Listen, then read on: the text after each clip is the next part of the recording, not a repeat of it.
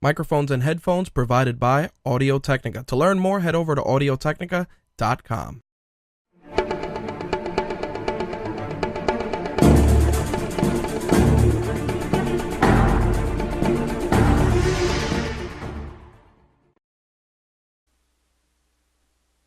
The views expressed on this episode of My Take Radio do not reflect the views, thoughts, or feelings of the My Take Radio staff, My Take Radio advertisers, or My Take Radio content partners. Listener and viewer discretion is advised.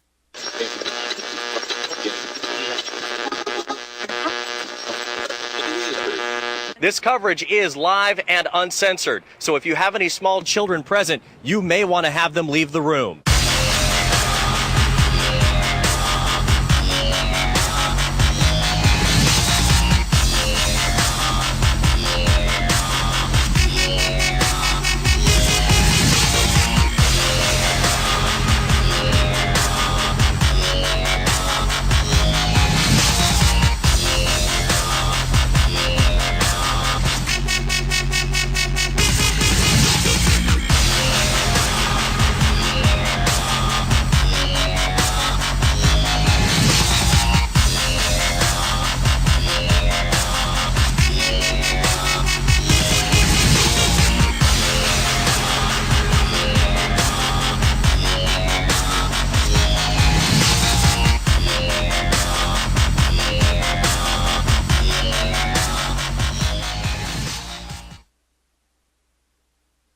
Hey, what's up, guys? My Take Radio, episode 256, presented by RageWorks for Thursday, November 20th, 2014.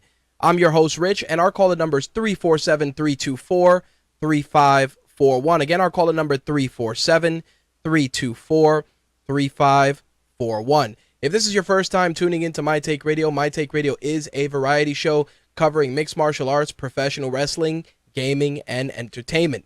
On Wednesday nights at 11 p.m. Eastern, we cover MMA and wrestling, and on Thursday nights at 11 p.m. Eastern, 8 Pacific, we cover gaming and entertainment. As always, this show does have mature language, so listener and viewer discretion is advised. All right, so we're back in the saddle for another day of MTR goodness for you guys.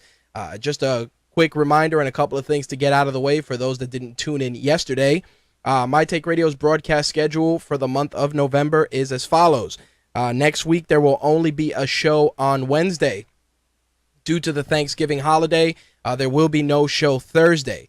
Now, we're still trying to determine if Wednesday night is going to be a full show with all four topics or if we're only going to do MMA and wrestling.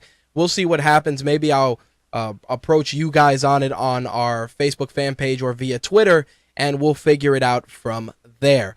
As for the month of December, to close out 2014, the last live episodes of My Take Radio will broadcast on Wednesday, December 17th and Thursday, December 18th. So, with that in mind, those will be the last two shows of 2014.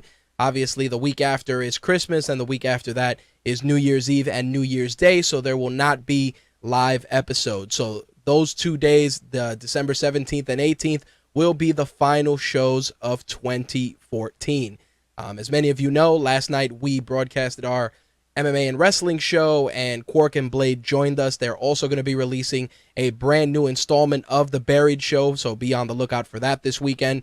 As many of you know, if you've gone to RageWorks.net, you've seen Slick's review of GTA 5, as well as brand new content from Jay Santee and our holiday gift guide. So if you're on the fence about what to pick up this holiday season, either for yourself or any of your family members, definitely check it out. We got a lot of great gaming recommendations in there. Not only console-wise, but we're also recommending accessories and games as well. We will be releasing holiday guides for movies, MMA and wrestling, and comics and collectibles as well. In addition to that, I will be sharing a couple of things with our colleagues at Royal Flush Magazine, and they will also be adding some of my recommendations to their holiday guide. As a matter of fact, Dani from Royal Flush will probably be calling in tonight to talk about a couple of things as well. The other thing I did want to address is we're probably going to try and do a couple of contests before the year is out. There's a couple of things hiding here in the MTR HQ that we want to definitely give away before the year is out. So be on the lookout for that as well. So what do we got on deck for tonight? We got a ton of gaming news. Slick will probably be joining us to share his thoughts on the current GTA 5 controversy, which, of course, should not surprise any of us. Dani will be joining us as well. She actually got to check out the latest Hunger Games film, so she's going to share a little bit of insight with regards to that for our entertainment segment. And, of course, she may also chime in on the gaming side of things as well. We got a lot of entertainment news, a lot of Marvel stuff I want to get into, and we even got some what the fuck movie news, some really crazy sequels that got announced, including a sequel to The Running Man. I'll just put that teaser out there. Yes, there is the possibility of a Running Man sequel with Arnold Schwarzenegger, so we are gonna dig into that. In addition, I also want to discuss with Slick and with Dani, if she calls in for our gaming segment, just the evolution of consoles from one year to the next. A lot of people are reflecting on the 1 year releases for both Xbox One and PlayStation 4, and I think that's something that definitely needs to be discussed in detail, just because a lot has changed in a year. Microsoft definitely is slowly climbing out of the doldrums, so to speak, and really doing some solid things with their console. Meanwhile, Sony continues to just run roughshod over everyone, but we cannot forget Nintendo chugging along, and with their assortment of releases from now through 2015, Nintendo's definitely making their presence felt. But I do want to talk about the official next-gen consoles now 1 year later, so we are going to get into that.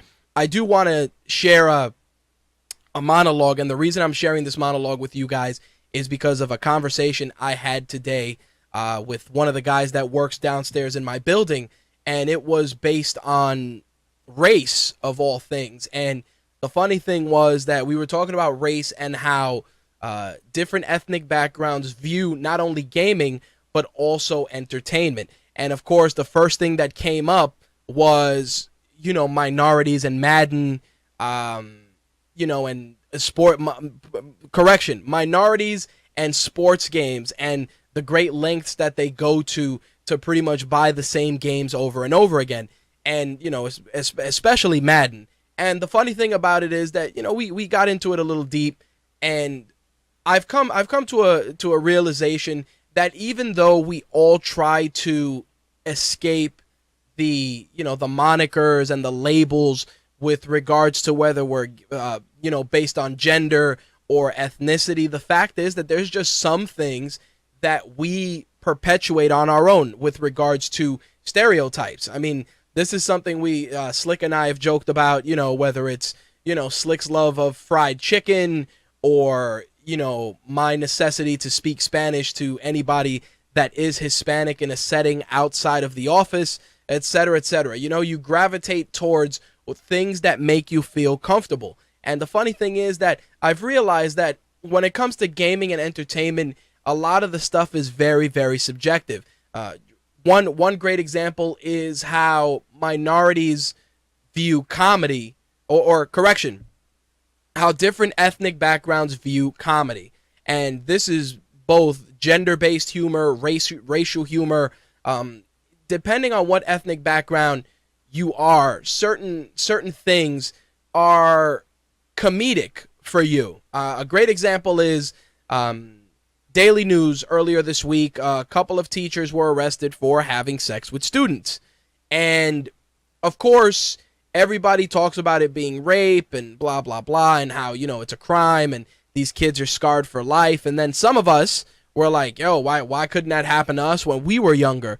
And the funny thing is that I've realized that the comments, of course, degrade into racial mudslinging, and, only minorities would think that it's cool to have sex with their teacher and blah, blah, blah. And the funny thing is that in looking at that, I realized that even when we try our hardest to not fall into the quote-unquote racial or label trap, we do it either way. I mean, Slick just wrote in the chat room, Slick eat all the chicken.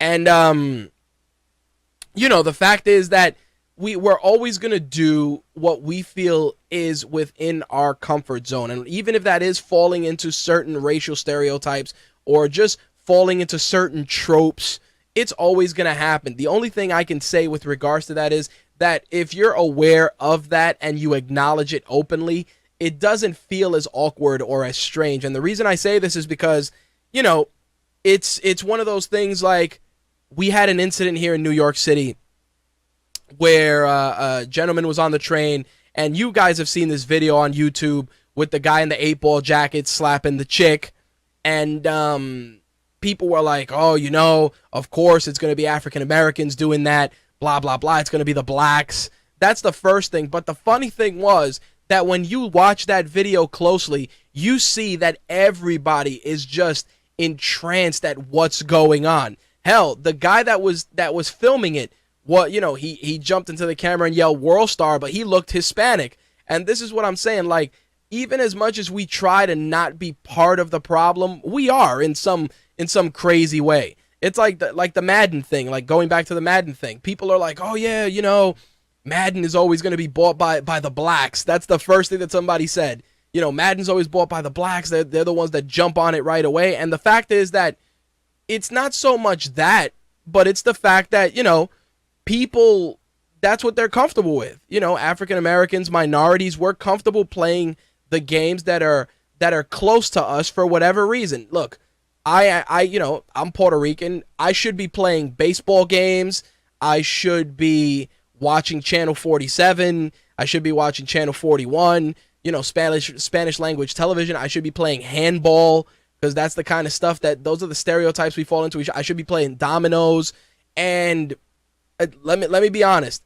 Baseball, I can barely keep baseball will barely keep my attention for longer than an inning or two. Slick can vouch for this because we've gone to a couple of baseball games and he knows that by the 5th or 6th inning, I'm like, yo, let's go get some food. Because I don't give a shit. I don't play handball because I got zero fucking coordination for that shit. I've always enjoyed football, combat sports. Again, nothing that falls into the quote-unquote tropes of being, you know, Puerto Rican in New York City. I don't do it. I didn't play stickball. I didn't have aspirations of being the next Roberto Clemente. None of that shit. You know, I wanted to be the next, you know, Barry Sanders, the next Emmitt Smith.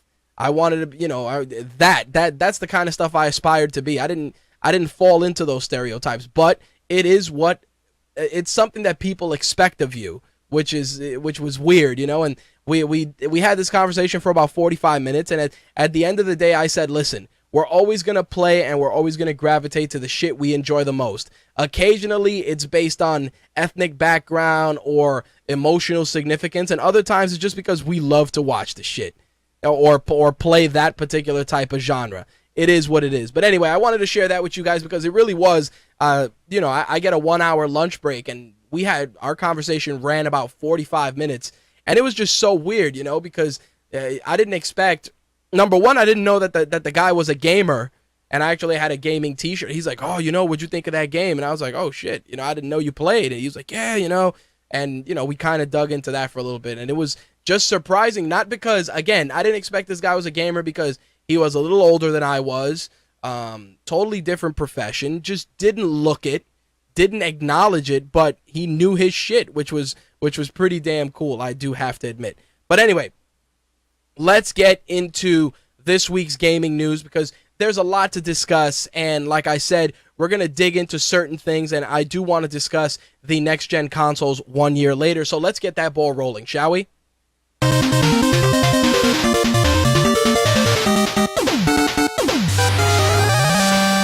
I'm going to click over and bring Slick on because I do want to get the ball rolling with regards to some of that stuff, and I'm sure if Dani wants to chime in, she is welcome to call in. If any of you guys want to call in for any of our segments, as always, our phone number is 347-324-3541. Again, that call-in number is 347-324-3541. Slick, what's going on, buddy? What's up? Not too much, man. You are coming off a very grueling 24 hours where you got out our brand new GTA 5 review, which you could read on RageWorks.net. And I know you put in a lot of time into getting that review out, but as soon as that review went live, we knew that there was controversy afoot. And rather than me uncork that bottle of controversy, by all means, please enlighten our listeners with the current issue surrounding GTA 5 on next-gen consoles. Okay, since GTA 5 came out on PS4 and Xbox One, obviously Rockstar had to, add extra shit to, make it tantalizing to buy again. So they added first-person mode, and they added tons and tons and tons of animation for first-person mode. Literally everything that you did in GTA 5 in third-person on the old consoles, you can do on first-person. Do in first-person on the new consoles. Okay. Everything, including soliciting hookers. And the big gripe is that, there's first-person sex in the game now, and, oh, it's so graphic, and blah, blah, and yada, yada. And at first, because, I don't think about these things. I wasn't one of those people that needed to see Lara Croft naked when Tomb Raider came out. So, if I want to see titties, I will go download some porn. And the bottom line is, there's much more graphic stuff on Grand Theft Auto. There's much more graphic stuff in gaming in general. I didn't realize at first that you could, pick up a hooker in first person. And the first time I tried it, it didn't work because for those of you listening out there who are interested and want to see this, when you pick up the hooker, you have to already be in first person mode. Otherwise, once you start going at it, you can't switch to first person mode. Okay. So the first time I tried it, it didn't work. After I saw a video online, I realized what I did wrong. I tried it again. It worked. Now, as you know, if you've played Grand Theft Auto 5 before, there are 3 options which have 3 price tags, and basically it's really only 2 options. It's, blowjob, regular sex, butt sex. And if you choose $50, you get a blowjob. All you see is the back of this girl's head going up and down and listening to some, let's say, stuffed mouth comments that she makes. You choose one of the other options, all you see is this girl fully clothed, bouncing up and down on you, and again, making comments. I mean, they pick, girls with relatively attractive sounding voices, so maybe that might get you a little bit excited. But that's about it. That's as graphic as it gets. Okay. And I'm thinking to myself, and I had a discussion with somebody who's not a gamer about this, but, was a parent, so Grand Theft Auto 5, when it originally came out, already was more graphic than that bullshit, which is really not that graphic, especially with where gaming is today. Right. Because in case you remember, when it first came out, I made a lot of comments about people buying this for their children, and Yep. I was saying, I was seeing it too. I was in jest, I was saying, I hope your kid enjoys watching that anal sex scene. That scene, which again shows no penetration, is more graphic than anything you're going to see in first-person mode when you pick up a hooker. Okay. A similar scene way back, going back to Grand Theft Auto Vice City, starring Jenna Jameson, who voiced the character Candy Sucks, Right. giving a blowjob. Again, really all you see is a girl's head going up and down, but that was more graphic than that because you saw the front of the girl's face at least. Right. I remember And that. Basically, if you go in a strip club in Grand Theft Auto 5, Grand Theft Auto 4, or Grand Theft Auto Vice City, all of that is more graphic than what you see when a when a hooker gets in your car in first-person mode in Grand Theft Auto 5. Because in all those situations, you can see a girl topless. Right. Which, depending upon how thirsty you are, may or may not get you excited.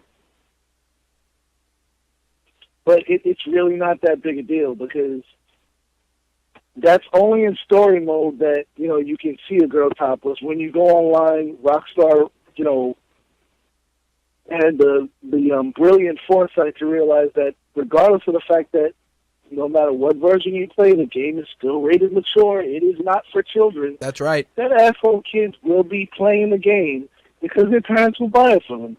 So when you go online, it doesn't matter where you go, you will not see any nudity of any kind when you play online, whether it be male or female. Even if your character is female, you go to your safe house and take a shower, all you're going to see is, you know, her from the neck up. You know what it is, and you know, I'm glad you really broke it down and you explained it, and this is what happens. We've become very, very reactionary when gaming violence when violence in gaming was reaching the apex where people were genuinely being offended, and we're going back to the Mortal Kombat fatality days and the creation of the game rating system. The fact is that games, movies, music, even TV shows have specific ratings that acknowledge the content that is going to be on screen or in your ears or whatever the case may be. Hell, I give you guys a disclaimer as soon as this show starts, because you never know who's watching, who's listening, what type of an outlet you're reaching.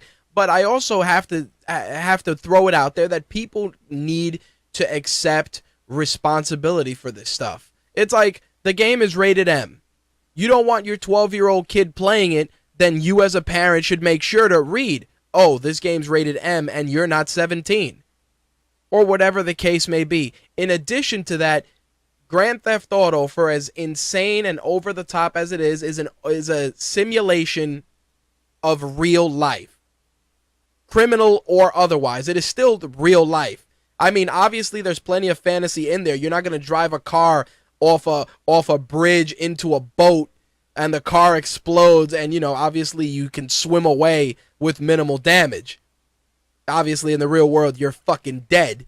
But besides that, the fact is that this is all very, very real stuff. You shoot people, they bleed out, they die. You stab somebody, they're dead. You open up your virtual zipper and you pull out your dong, it's a virtual dong. You know, it's like the fact that people get so bent out of shape about it is insane to me, especially when you're considering that this is, again, there's a rating system in place. This is all commonplace stuff that's being addressed. I just feel that for me personally, you know, the way gaming has evolved, none of this stuff should be a shocker. That's what gets me. It's like nobody should be shocked that an M-rated game should have a naked girl, or an M-rated game is going to have some frontal nudity, or an M-rated game is going to have over-the-top blood and guts, because it is an M-rated game. It is the equivalent of the R-rated film. That's how I see it. The R-rated film, the M-rated game, they go hand in hand. And for the people that are getting bent out of shape about GTA, it's no different than watching any movie on HBO or any movie on Cinemax with a hard R rating. These are the facts. I think the worst part is that video game websites and quote-unquote pundits automatically jump on board to play, you know, Captain Save-A-Ho, and they're like, you know, that's degrading to women and blah, blah, blah. If you live in New York City, prostitution is the norm. It happens. You go to Hunts Point in the Bronx, you drive down an area of Hunts Point after 11 o'clock, there are women walking the street butt-ass naked. Whether it's topless, no underwear, whatever the case may be, it's prostitution. It is real life. These are the facts.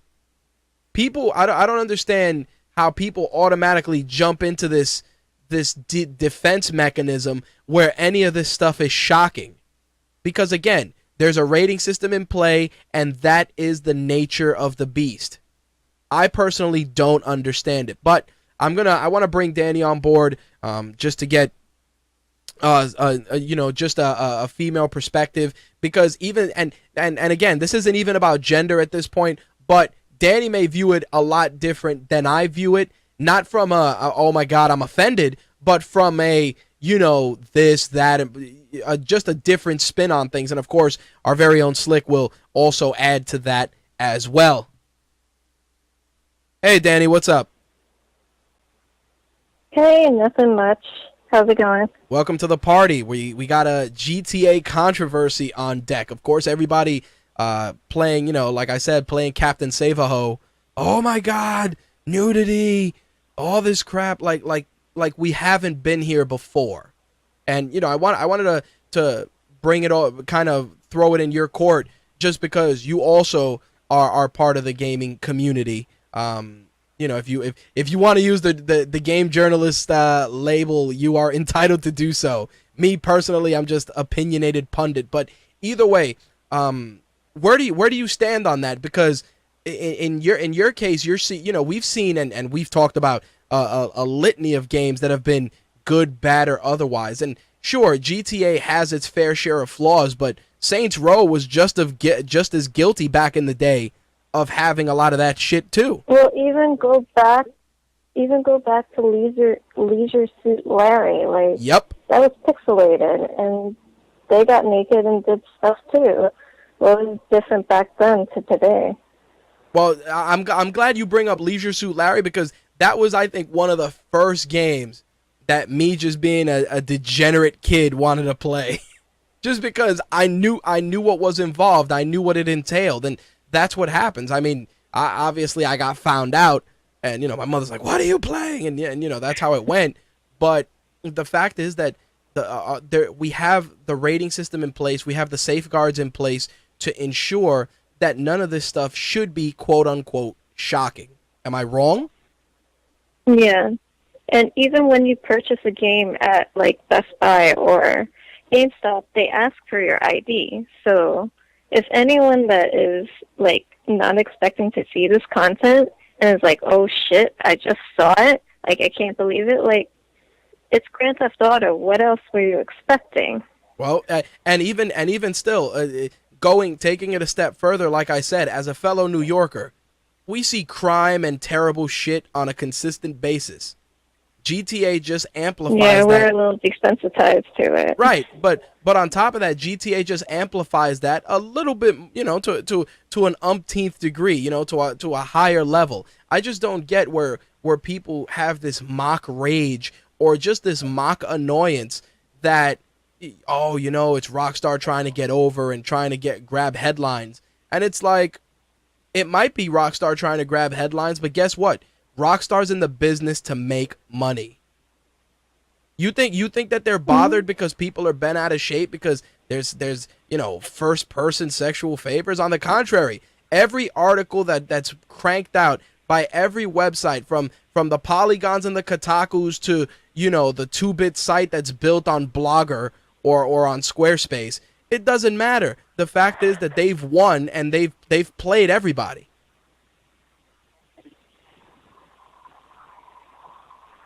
I don't know if they've played anybody. They knew the type of game that they were building. It's just they probably did not anticipate the audience's reaction. No, well, when I say they played everybody, it was in the sense that, good press or bad press is still press. Yeah, and it's still getting more people now are going to be curious and actually want to try it. That's exactly right. That's the $1 million question. It's like, you're going to put out the game roughly a week before the busiest shopping day of the year. Well, the busiest start to the holiday shopping season. And you don't think for 1 second that people aren't going to be curious, like, let me check this shit out and see what's going on. People just don't wake up and realize that this is all part of the game. It's all part of the plan. The rating system, the mock outrage, it's all part of the plan because it's going to move more units. Simple as that. Mm-hmm. Well, you were telling me that you didn't pick it up anyway, because that's not really a genre you mess with. Am I right? Yeah, I'm usually RPGs. You do the RPGs. You don't do the sandbox over the top violence. I mean, like I said, in Saints Row, you used a dildo as a weapon. So, again, a dildo and as a people weapon. were walking around with dildos cosplaying during PAX, and nobody had a problem with that. I do not understand when people have problems with things at the wrong time. Like, it doesn't make sense. Yep, You the have mock to be outrage. consistent. You have to be consistently outraged all the time. If you see a dildo in real life, you should also be upset about it in the game, not vice versa. You know? Either that, or at least wield it like a lifesaver and use it that way. But I gotta cue Slick back up. Slick, dildo lightsaber. Dildo lightsaber all day. There you go. Like somebody over the head with it. Yeah, and this is the My thing. biggest thing, just breaking it down to its very To the core. simplest concept is when a parent, buys GTA for an underage child, just when you look at the box, forget any of the box art. The name of the game is a felony. Grand Theft Auto is a felony. And you think that's something that's appropriate for your child? You tell him, Slick. You tell him. What if they argue that they don't know English? You know what you should do at that point? If they don't speak English, you should just, when you come up to the register and you go, "Hey, can I see ID?" and they're just like, I'm gonna use somebody who only speaks Spanish, and they just go, "No ID," and it's just an older person. I'm just gonna point at them and go, "Pew, pew, pew, pew," and just make gun effects until they figure it out or just run out. That's it. I'm just gonna point my finger at them and just be like, "Pew, pew, pew, pew." But I want to buy game. Pew, pew, pew, pew, pew. Just to infuriate them, because you know that they damn sure got no sense buying their 12-year-old kid a game. And you see the kid, "But mommy, it's okay." The gentleman, he would really do this. Yep. "But mommy, it's okay. Okay, here you go." No. Pew, pew, pew, pew, pew. That's it. Or you know what I'm gonna do? I'm just gonna do like they did in Superbad. I'm just gonna draw a dick on the receipt. Just that's it. Just draw a dick on the receipt and say, do not buy. Right on the dick. Do not buy this game. That way they could just be so offended that they leave. I'm sorry. Come on, wake up. It's like, do we need to put it in 14 languages? There are boobs in this game. In Español, tetas en el juego. In Chinese, whatever it is. Boobs in this game in Chinese. Come on, man. You fucking break. I wanted Slick to bring it up because when Slick was writing the review, I messaged him and I said, "Slick, this is what's going on. Reference it in the review because people are going to want to know about it and it just needs to be addressed." And he did. He did what he had to do, and people still were bent out of shape about it. Am I wrong? Not one bit. There you go. So let's talk about another cash cow. Let's talk about Call of Duty, because Activision, of course, went out of their way to puff out their chests and say that Call of Duty Advanced Warfare was the biggest entertainment launch of the year. Overall, the franchise has made $10 billion worldwide. Overall, which is insane. During the first week of release, there were over 370 million online matches and over 200 million instances of players leveling up in Advanced Warfare's online multiplayer mode. Gets even better. Those who bought digital copies on the 360 or PlayStation 3 were able to upgrade their games to Xbox One or PlayStation 4 for free. Now, the craziness about this is we are looking at a $10 billion franchise that basically reskins the same game every year. I hate to say it. Like, there's dogs, though. Yeah, there's dogs. Female soldiers. Oh, look, I got a grappling hook. What is this, Bionic Commando? Who gives a shit? $10 billion. That means that that there's a guy right now at Activision HQ swimming in a vault of money like Scrooge McDuck, laughing every year. Next year, it's going to be alien soldiers, and the bad guys are going to have 4 arms, and the whole game is going to take place on the moon for just no damn reason whatsoever. But people are going to think that it's revolutionary and ahead of its time because they are sheep. Am I wrong, Slick? Do you Come even on. need to talk about this? This is retarded. But Danny, you know what the best part is? Activision put out a complete press release. Like, they sent it to Polygon. They sent it to all the big sites. Hey, look at us. Look at us. Highest selling digital launch in console history. Blah-de, blah-de, blah, blah, blah. Yeah, and the rest of them are not even going to bother looking up the facts to see if that really is true, and they just go with the press release. There you go.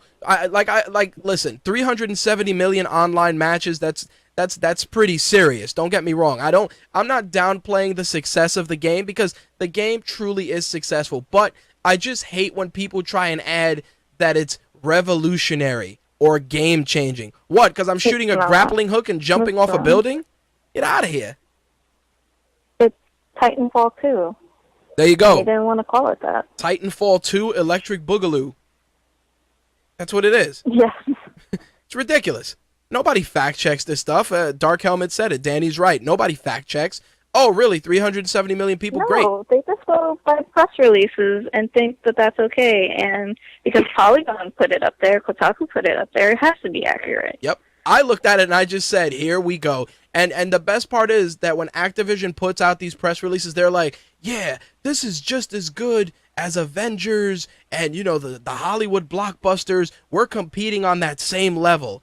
It's like, yes, because it does cost me $60 to go to the movies with my wife. Yes, we're competing on the same fucking level. Yes. I gotta buy 2 tickets. Because most people paid $110 to play the damn game before taxes. Yeah, let's not talk about that map pack shit that we did from last week. On the flip side, though, I picked up, 2K sent us WWE 2K15, and I did crack it open, and it's a pretty game. It's a beautiful game graphically. The combat mechanics need a little work, and I'm gonna dig into that in my review. But there's a lot of glitches going on as well, including my career mode is freezing Xbox One consoles, and people are reporting that you have to actually disconnect the console from the internet. PlayStation 4 users are having issues downloading add-ons for Sting and Hulk Hogan. And even though as soon as I put in the game, there was a patch ready to be downloaded, there's still some issues. I mean, I've noticed some drop frames, some collision detection issues. You know, when you try to hit somebody with a chair and the chair goes through their arm and hits the rope, you know that, something is definitely amiss. But again, it's their first entry into the next-gen console space, so there's certain things I'm going to let slide. Now, next year, for WWE 2K16, there's just shit I'm going to be like, come on, guys, really? That stuff shouldn't even be happening. But I will say this, it's not as bad as Assassin's Creed Unity, right, Danny? Well, this is making me wonder if there's some sort of difference between the consoles we have and the consoles that they're actually developing on. Because these are things that should be caught in QA. Yep. And it should never be shipped. Should never go out the way it did. Especially with Unity, where I legit changed my pre-order. I was like, I'm not taking this home. Can you give me something else? Yep, when you shared that article and I saw a screenshot of somebody with no face that they pretty much looked like a scene out of They Live, I was like, yeah, this isn't cool. And I love Assassin's Creed. No, and the thing was, go ahead. The thing was at GameStop, the kids were like, yeah, no, I swear, there's no glitches. I haven't seen any glitches. Yeah, I was like, really? You haven't seen the slew of videos and images like on the internet where faces were not being rendered at all? That was no problem.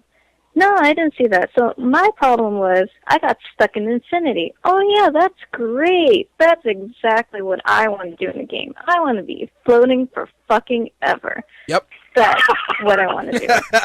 What'd you do today? Are Oh, you I floated serious? around France. No. It's absurd. I mean, even EA's UFC game had its fair share of glitches. Sometimes you'd be in top mount, you'd be punching somebody in the face, and they'd just disappear, and you'd be punching the canvas. You'd just be there pretending to hit something that's just not there magically, and then the referee be like, all right, we got to stand you up. And you're like, but you're standing up who? There's nobody here.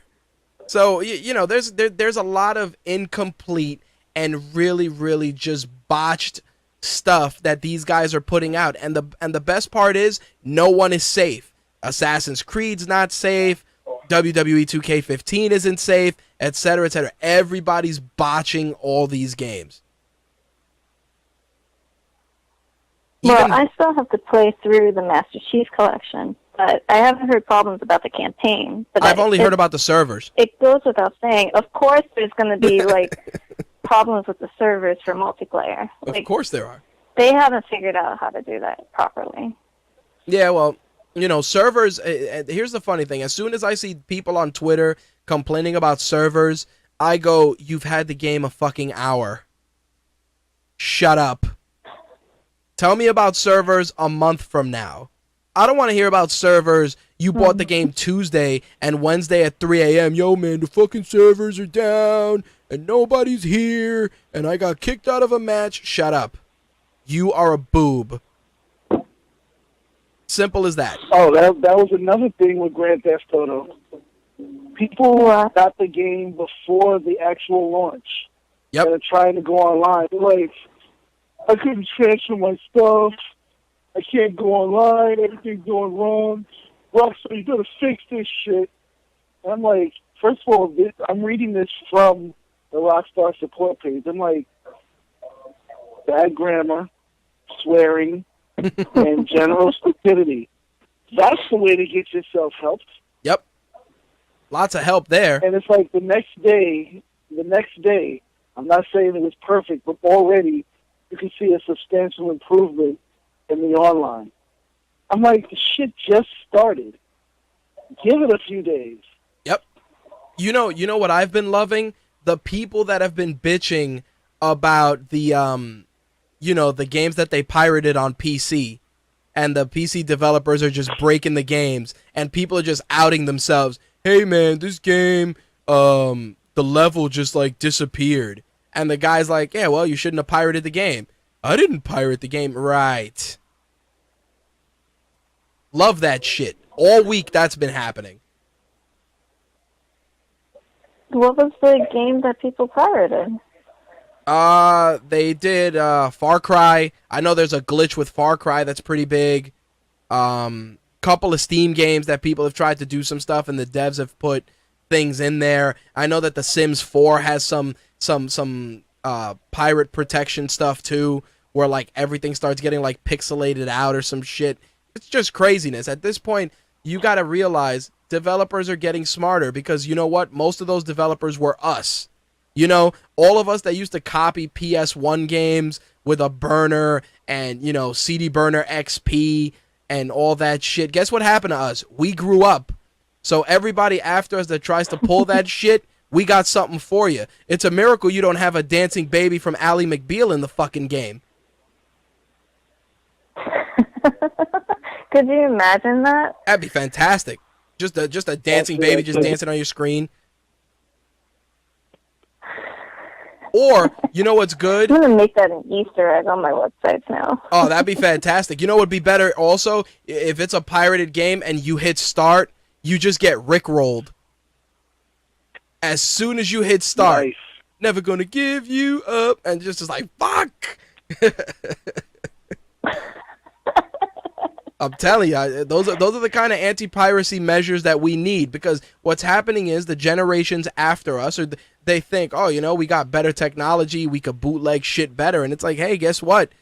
We were bootlegging shit back in the day. I remember, I make no qualms about the fact that I may or may not have burned a couple of Dreamcast games in my day, or maybe the occasional modded Allegedly. PS1 or modded PS2, allegedly. You know, I'm not gonna make no qualms about that, but I will say that now I gotta give the companies their money, because it's like the technology's better now. You can't be pulling that shit anymore. These are the facts. Just the fact that things are online makes it that much harder to pirate. Yep. It's just ridiculousness. But I will say this: the one thing I do have to give credit to the hacking and modding community for getting us in advance are Black Friday ads. And you want to know why I say this? Because they're not really getting them in advance. It's just a friend of a friend of a friend of a friend leaked the ad out on purpose. And the reason I say this is because I got an email earlier today about all the major retailers' console bundles that are worth picking up. And the reason I'm referencing this is because of what Slick was telling me earlier today about the Walmart PS4 scam. Slick, please enlighten our listeners. Yeah, I was wondering if you guys were going to talk about that. Oh, yeah. Slick, take it away. I was about to mention that, and I'm looking at a picture of a moron who scammed a Walmart out in Comac, Long Island. Yep, I saw that receipt. Yes.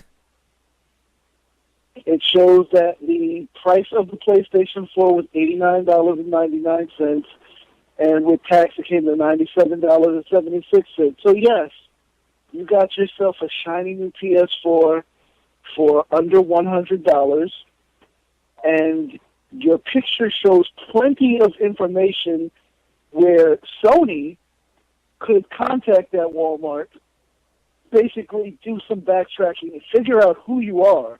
Yep. So, I would love for the fact when you actually connect that thing to the internet, if they just send like a signal through and brick that shit. Because then you pay the $100 for a nice black brick. What? But I'm really disgusted with this whole thing because me personally, everybody that knows me, I very much advocate, quote-unquote, getting over. I always try to tell people, where to get deals and things like that. And going back to the Black Friday thing for a second, no, that absolutely was not leaked. Because if you look at the websites where they show the Black Friday ads, not only it's not even scans. It's high resolution pictures. It's high res photos. No. It's not photos. It's pictures of the website. Because if you look real hard, it has the tabs from BestBuy.com where you click the little tabs and go from one section to another. That's from the website. That's not even the paper ad. Listen, I can go on record, and I've said this before, when I say that there are days where I am a total piece of shit. I acknowledge that. I wear my shittiness on my sleeve. Some days I'm just a complete festering pile of human garbage. But I do have scruples, and I do understand that there's a right time and a wrong time to pull off a con. And sure, you could pull off a couple of cons during the holiday season, but again, the best criminals don't say shit. You got a console for $90, run away, enjoy it. Oh, look what I got. Yeah, but it wasn't just one guy. Oh, no, it wasn't one guy. It was a lot of people that were using Amazon sites to scam because one person tweeted it, then another person retweeted it, and it kept going. So it's multiple Walmarts across the U.S., not just here. It's multiple Walmarts, Absolutely. But Slick and I had to reference that one because that one's basically in our backyard. And at that point, I said to myself, how much of a fucking boob are you? It's like, yo, you got your $90 PS4. Go about your business. Keep that shit to yourself. Don't tell nobody. Don't say nothing. No, I gotta put the shit on Twitter. Look at me. I'm an asshole. I'm gonna, It's like video game world star. Like, why would you do that? But that's the society that we're in now. Yep. Like, that is what we get for social media. Yep. People that want that gratification of, haha, I beat Walmart or whatever, and I got this cheap-ass PS4. Like, that's what it's come to. Well, it's like we put this all out there. We're always online, always sharing our shit. And it's like, don't get me wrong. When I put up my WWE 2K15 picture on Instagram, I said obligatory WWE 2K15 pick, and people laughed. Yeah, I should have picked on you for that. Yes, and I did that on purpose. and I'm gonna be 100% honest, and I'm gonna put this out there. And guess what, gaming journos that I know, you don't like it? Come see me. Come see the kid, because no one, and The Rock means no one. No, seriously. Nobody gives a shit about the free game that you got from X developer. Nobody cares that your breath smells like shit because your tongue is up a developer's ass and you got the game a week in advance. No one cares. Write the fucking review and move on. Write the review. I posted that picture exactly personally as a troll job. 100% troll job. That's why I put obligatory game pick and a obligatory documentation. I made sure to put the big sheet with the patch list right behind it. Because guess what? Nobody gives a shit that I got the game. Nobody cares. You know what people care about? Does the game suck or not? Should I pay $60 for this piece of shit? That's it. Nobody cares. Nobody cares that Rockstar sent it to you or THQ or thanks THQ for all the support. Motherfucker, you are getting them free press and you're getting nothing for it except a $60 coaster. Yeah. Stop the bullshit. And I love when they get it the day it comes out, too. Oh, thanks for the support. Thanks for the support. You're not... Really? It's like, wake the fuck up, guys. They're not supporting us. We are supporting them. I've never heard you talk about any game, and all of a sudden, just because you got it in the mail, now you're all about it. Yep, Where did that come from? Look at my mail. You know what? Why don't you put a picture of your fucking food stamp ID card while you're at it? Or you know, maybe you get some WIC checks. Why don't you put pictures of that? Hey, why don't you just put up a picture of your fucking tax return or your birth certificate? How about your alimony payments? You know, because we're sharing everything else that we get in the mail. You want me to share my fucking light bill? I'll gladly put that shit up too. Maybe one of you motherfuckers will pay it for me. Come on. You know, listen. No, you gotta take a selfie of yourself holding your food stamp card while you're getting in the BMW. There you go. Yes. That's how you got to do it. I got to be the guy selling pencils on the side of the freeway and then getting into a McLaren BMW that I have parked 12 blocks down in a valet parking spot. But I'm selling pencils because, you know, I'm fucking bored. I'm serious. Listen. I love my gaming journalism colleagues. And I say this totally in brutal honesty. I love some of you motherfuckers, but guess what? No one cares. No one cares. If your Alexa ranking looks like Google coordinates, don't share anything. Just quietly write your fucking reviews and go about your business. If your traffic numbers are -2, and your bounce rate, which is the amount of time that people hang out on your site, is like 20%, clearly you're doing something wrong. No one wants to see a picture of you getting a game. Sorry. I don't care. No, nobody else does. That's why I did it. Obligatory pick. Obligatory pick. There it is. Whole lot. Thanks, guys. Thanks for the support. Thanks. Shut up. You think some guy in THQ says, hey, you know, we really should send RageWorks a game because we really value their work. Fuck no. They go like this. How much traffic do they get? What are they ranked? And have they posted any of the other shit we sent them? Yes, send them a copy. No, send them a copy anyway. Come on. They will hit our demo and That's they will write up a 11 reviews just because they got it for free. There you go. Slick, Farm Simulator. That's all I gotta say. Oh my god. I hate you so Wait, much. Farm Simulator. There is Yes. a game. He's dead serious. 100% serious, that is for consoles, where you simulate owning and operating a farm. And the realistic farm machinery. Yep, and the PR rep was 100% not giving a fuck when she'd send us assets. She'd go, "The most amazing game ever is 3 days away from release." And I'd send him to Slick just out of spite so he could laugh. And the worst part was, one day, just to break my own balls, he said, "I'm going to publish a post about this game." And he did.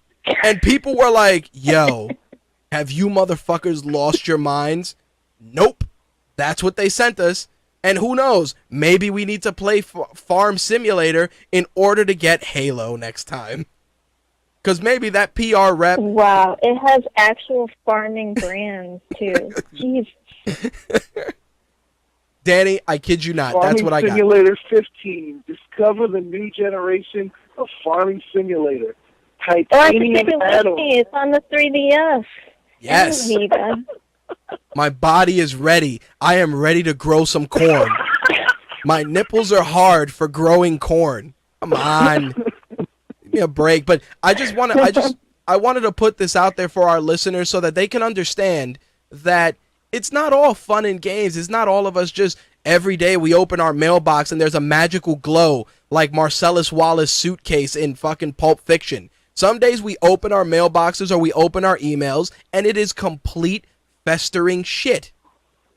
Complete and utter shit. Yeah, and we save you from all of that Yep, shit. we save you from that stuff. Danny is 100% right. We are save a gamer. Not save a hoe, save a gamer, save a techie, save a nerd. That's who we are. We are the unsung heroes of this shit.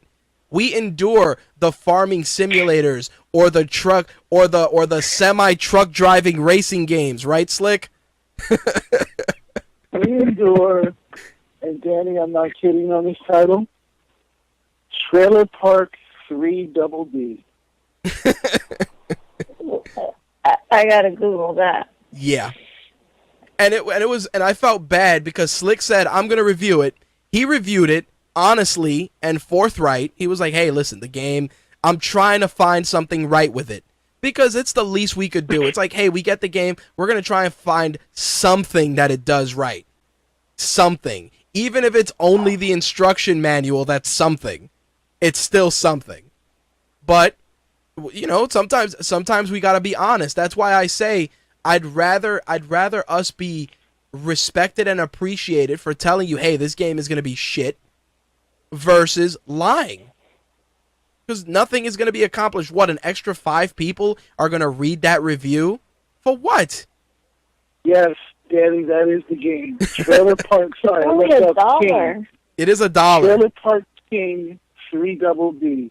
Ladies and gentlemen, if you want to play a game worse than Aquaman, Wow. spend your dollar and download Trailer Park King 3 Double D. If you want to have an experience worse than the end of Superman Returns, fighting a fucking tornado, download Trailer Park King 3 Double D. There you have it, folks.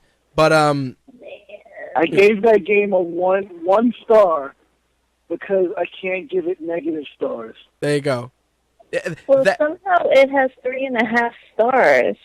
That game was a mercy killing. That's what that game was. We did that, and like I said, and I'll be honest, and Danny can agree with this. Sometimes you gotta make a chicken salad out of chicken shit. I say it all the time. Sometimes you gotta review 3 or 4 decent or mediocre or even shitty games in order for a developer or a PR person to remember, hey, you did me that solid. Maybe I'll send you this Call of Duty, maybe. And guess what? Hell, you may not get that Call of Duty a week in advance. You may get that motherfucker the day after it's out. But you will write that review, and you will be grateful. The cold, hard facts. Yeah, that's sort of my thing with Halo. I didn't get it when everybody else did. There you go. And I had issues with it. Even though I covered it, and I've covered every Halo games since I started writing, but I got no love. That's Hey, okay. there you go. So backtracking a little bit, the email I received about the Black Friday ads, I'm going to share them with you guys because maybe somebody wants to go and actually buy themselves a console without having to punch an adolescent or possibly a mother of 3 in the face. So do so at your own risk. But if you want to pick up an Xbox One, you can pick up the Xbox One Assassin's Creed bundle for $329, and you get a $50 Target gift card. You can also pick up at Walmart the Xbox One Master Chief Collection bundle, also for $329, and you'll get a wonderful $30 Walmart gift card, just enough to buy some frozen chicken cutlets and some Tyson chicken nuggets. Perfect. On the flip side, if you want a PlayStation 4 and you don't want to pay $97 for it, you can go to Walmart and get a PS4 bundle with your choice of 2 games for $449. And if you have a major... Actually, let me stop you right there for 1 second. Go ahead. That deal actually is really good because you don't get 2 games with that. You get 4 games with that. Yep. Because it comes bundled with Grand Theft Auto 5 and The Last of Us Remastered, and you can choose 2 more. There you have it. That's a good one. That is a solid bundle. I mean, it's not $97 or nothing, but it's 4 fucking games. I think I can manage. Yep, four games basically for $449. If you have a major near you, you can get a PS4 with GTA 5 and The Last of Us Remastered for $399. Plus, you get a $50 major gift card as well. Meanwhile, if you're in the market for a Wii U, like yours truly, Toys R Us will be doing a Wii U Skylanders Swap Force bundle for $199. Done. Not bad, right? Gold. Shit, $199 and Skylanders is a solid game, plus the Wii U has a decent lineup. The money you save by not buying the $299 bundle, you can actually apply that difference and even pick up 3 games. Smash Brothers, of course, being one of them. Speaking of the Wii U, I got one beef with them because I'm very happy that Smash Brothers comes out tomorrow. I'm also very happy that the Amiibos are launching. Right. But they need to do some kind of bundling with the Amiibos because maybe it's just Best Buy, but $13 a pop and you have like 10 Amiibos coming out tomorrow. Yep. At least. Well, you can do that bundle with Loot Crate. They're doing like I'm glad Dani said it because I was about to ask her. Well, of course I would bring up Loot Crate. I love them. Hold on, let me pull up the email. Loot Crate is doing an Amiibo subscription pack, so you can do that. Dani definitely is the Loot Crate queen, and I'm also happy to report, and I said it yesterday, that one of our very own listeners got an opportunity to enter the Loot Crate contest, and he won it based on what I heard because I got an elated Facebook message from that listener. So again, Loot Crate, Royal Flush, and Dani know what's up. So definitely make sure to keep an eye on them for that. Now, Dani has the details about the Amiibo stuff, so let's hear it. So Loot Crate has teamed up with Nintendo to bring you a limited supply of exclusive Amiibo crates. You'll receive the following 10 Amiibo figures over the course of 3 weeks. So they list out Donkey Kong, Mario, Kirby, Pikachu, Princess Peach, Yoshi, Fox, Samus, Luigi, and Zelda. And on top of that, you'll get other exclusive and super rare items, including a t-shirt. So the plans are you can do a one-time payment of $140 plus $15 for shipping and handling, so that comes up to $155. Or you could do 3 weekly payments at $50 a week. Dan, did you drop out? Huh? Wait a minute. Slick, are you there? Hold on a second, guys. Oh. Somebody dropped out.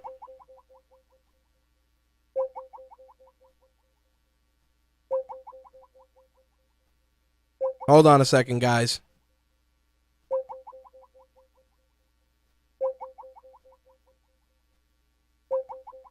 For some reason, my router rebooted, so hold on a minute.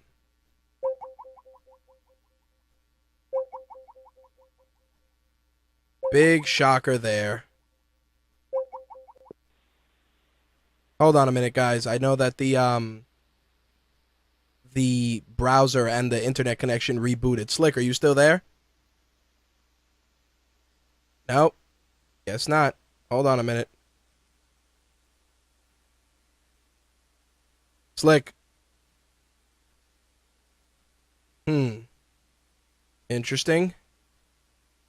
Just for you guys in the chat, let me know if you guys can hear my feed right now, because it looks like the router rebooted. Yes, no? Bueller? Anyone? Big shocker. We were on a huge tear, and everything just went south. Hold on a second. Our Skype connection looks good. Our video looks good. All right, thank you, Dark Helmet. Dark Helmet said he can hear me, so we are rocking and rolling. Let me just make sure our Blog Talk feed is good.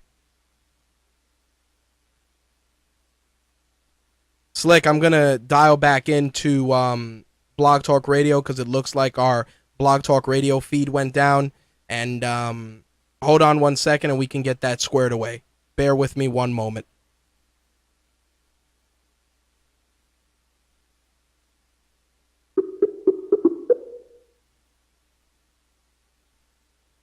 Welcome to Blog Talk Radio. Please enter your host PIN. When finished, press the pound key.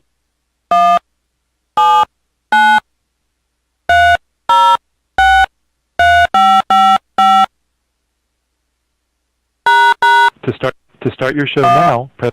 Since it appears you're calling back into a live show, we are reconnecting you now. Well, then again, no, I'm not, because there you we're go. going initially with just characters that are in Smash Brothers.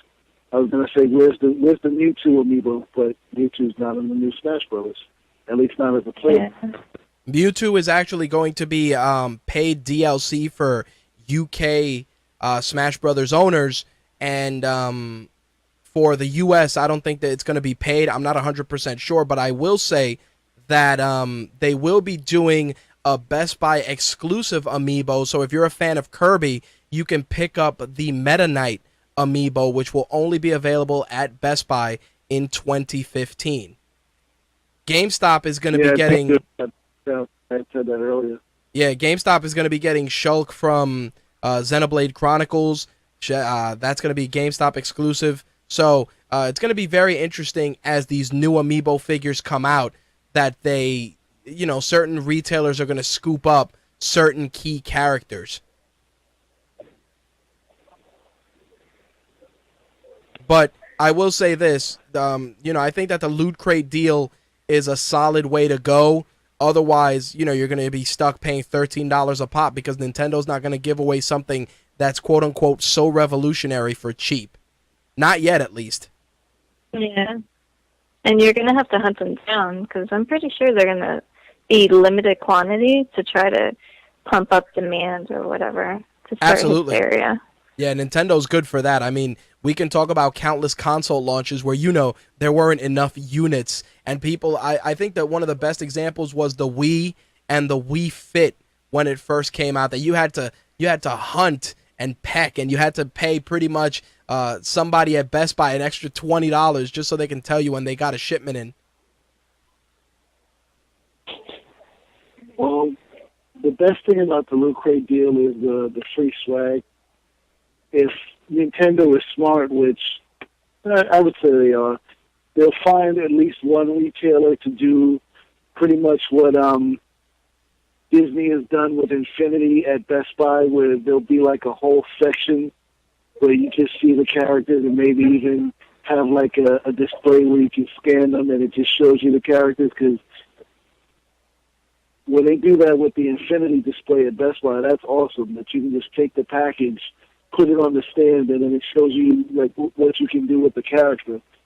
That's something they need to do with the Amiibo setup, but Yeah, We'll I see. definitely think so.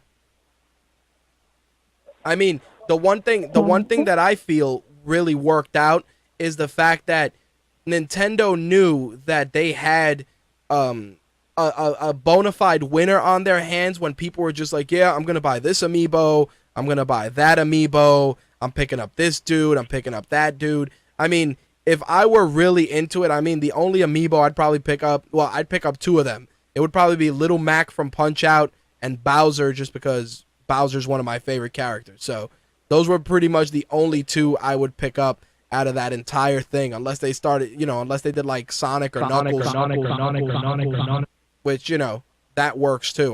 That would probably be one that I would pick up as well. Well, there is going to be a Sonic amiibo, but not till February. Ah, there is. I didn't know that. Yeah, it's on their main page. I'm gonna have to look at that then. See, I just know that I'm gonna be suckered in the same way I'm suckered in with the Funkos, which that's becoming a bit of an obsession, but that's a story for another day. I do want to acknowledge that Xbox is finally stepping into more of the home theater space, as HBO announced that they will be releasing HBO Go on Xbox One officially as of today. Well, now that it's midnight, as of yesterday. I do feel that HBO, when they finally go standalone with their HBO Go app, I think people are going to be more receptive. I mean, for me personally, oh, look, HBO Go's on Xbox One. I just felt crickets when I saw it, just because at this point, it's if you don't have it on your PS3 or your 360 or you don't watch HBO, you're not going to give a shit, It's like I get HBO Go on so many other things. It's like I can get HBO Go on my computer, on my phone, on my tablet. I really wouldn't care that I can get it on my Xbox One. Well, I'm gonna be honest, and Danny, I'm sure will agree with this. Our current generation of consoles and even our previous generation are very, very redundant. They all have Netflix, they all have HBO, they all have YouTube, they all have some sort of a browser. There's no differentiator between them. It's like, other than the games, they all do the same shit. I mean, we were talking about Apple TV at my job and Chromecast and the Roku box, and it's just like, at the end of the day, it becomes just, how do you want to consume your content? That's it. Do you want to do it the Apple way, the Google way, the Roku way? That's it. Do you want something you can hack, or do you want something that's plug and play? That's all it boils down to at the end of the day. Too much redundancy. All that shit is on each console. At that point, it just drives me nuts. It's like, oh, what am I going to watch the WWE app on? Oh, my PS3, maybe my PS4, maybe my Xbox One. I don't know. Which one decides to work? That's it. It's crazy. That's the one I use. That's the one I'll be using on Sunday. That's it. Which one are you using? The one that works. That's it. Whichever one works. I did want to say, while we were on the subject of amiibos earlier, that Nintendo is pretty much really puffing out their chest this week, as Super Mario Bros. Wii has sold 10 million copies since its release in 2009. How insane is that? It is considered one of the top 10 Wii games of all time and one of the best 125 Nintendo games of all time. That's a huge milestone. It's Mario. Of course it's going to feel like freaking hotcake. Yeah, dude, but 2009. We are in 2014, on the cusp of 2015. 10 million copies. Regardless of what people feel about Nintendo, that's something that, it just shows longevity and innocence sometimes trump pretty graphics and nudity. Yo, but it don't have them Call of Duty dogs. That's right. Doesn't have the HD, exactly. Super HD dogs, female soldiers, dildo cannons. Oh no, it's just a guy riding a green dinosaur. Cutesy characters. That's it. You forgot they have a swimmer that doesn't swim. Fish. What was that, Slick? The extremely well rendered fish. That's it. Well-rendered fish. Because the fish in Mario have a tail that looks like a clam and bug eyes that you could draw with 2 circles on a piece of paper and draw dots on them. Those are Mario's fish. Oh, look, Mario's going to wear this cat costume. It is the cutest thing I've ever seen. Think about that. Think about it. We're going on hardcore killing sprees on GTA, but Mario dressed up as a fucking squirrel still can bring a smile to my face. Absolutely. Just and take money out of my pocket. that's it. Think about that parallel for 1 second. You go, you turn on your console, you drive, you pick up your hooker, you get your first-person hand job, then you shut it off, and you turn on a game with a plumber riding on a green dinosaur that shits out eggs based on the turtles that he ate. Why does it have to turn off one? I think you just created a new game. So, like in Silent Hill, how you change through different dimensions. This would be a game where you start off playing GTA 5, you open up a door, or you meet the wrong hooker, and then you go down this pipe, and then you're playing Super Mario. I think that should happen every time you use drugs in GTA. Every time you use drugs in GTA, you should just end up playing Mario Kart. You're just driving all high and shit. All of a sudden, you're on Rainbow Road, hoping for the best. Yeah, it should be Rainbow Road all the time. There you have it, ladies and gents. I did want to kind of bring this out, and this is how we're probably going to close things up. Of course, both consoles are celebrating their 1-year anniversary. For those of you that are Xbox One early adopters, Microsoft is going to give you a lot of free shit on Xbox One's birthday, which is November 22nd, this Saturday. You're going to get a Year 1 gamer picture, new Xbox One backgrounds, a Year 1 background image, a free rental of Halo 4 Forward Unto Dawn, because, yeah, I want to see that. Also, a free rental of Dragon Ball Z Battle of the Gods and a sampler pack of Dragon Ball Z TV episodes for those of you in the US and Canada. In order for you to receive those freebies, you would have had to have purchased the system before November 11th in one of the 13 launch markets. So, pretty awesome stuff, I have to admit. I mean, it's very cool that they're celebrating their birthday and giving away so much free shit, but I do want to just talk about the elephant in the room, the brass tacks, and I want to go 1 year later, and I'll pitch it to Dani first. How do you feel with the current state of all 3 consoles a year later, for Xbox One and PS4 in particular, that launched last year around this time? I just got a PS4 like last week, and my Xbox One, I never really played it. Oh shit! I think I only fired it up to play Dance Central, and that was just for review. I've been playing Rock Band and Final Fantasy, and I've still been on my 360. I have not been on my Xbox One. Wow. Now, is this? So I might not be the best candidate for this. No, well, no. You actually are a perfect candidate, and the reason I say this is because think about it. 2 next-gen consoles that are quote-unquote super revolutionary with a revolutionary lineup of titles, yet Dani, who is, a member of the media, is playing Dance Central and Final Fantasy and is only now jumping into the pool. And Rock Band. And the reason I say that is because what was basically the factor in you not making the plunge into either console, in its early launch stage? I can answer there that was no Halo. For me, there was no Halo. Like, that's what I got my 360. I got, like, the Halo Edition 360. Like, yep. I play Xbox for Halo. And there were no games for me that I was interested in at launch. And there were still none up until, like, Sunset Overdrive, which, sadly, I'm bored with, too. So, games that I was interested in didn't come out till now. And that's literally a whole year later. Holy shit! You see that, guys. And he's not going to go full next gen until she gets perfect on Through the Fire and Flames.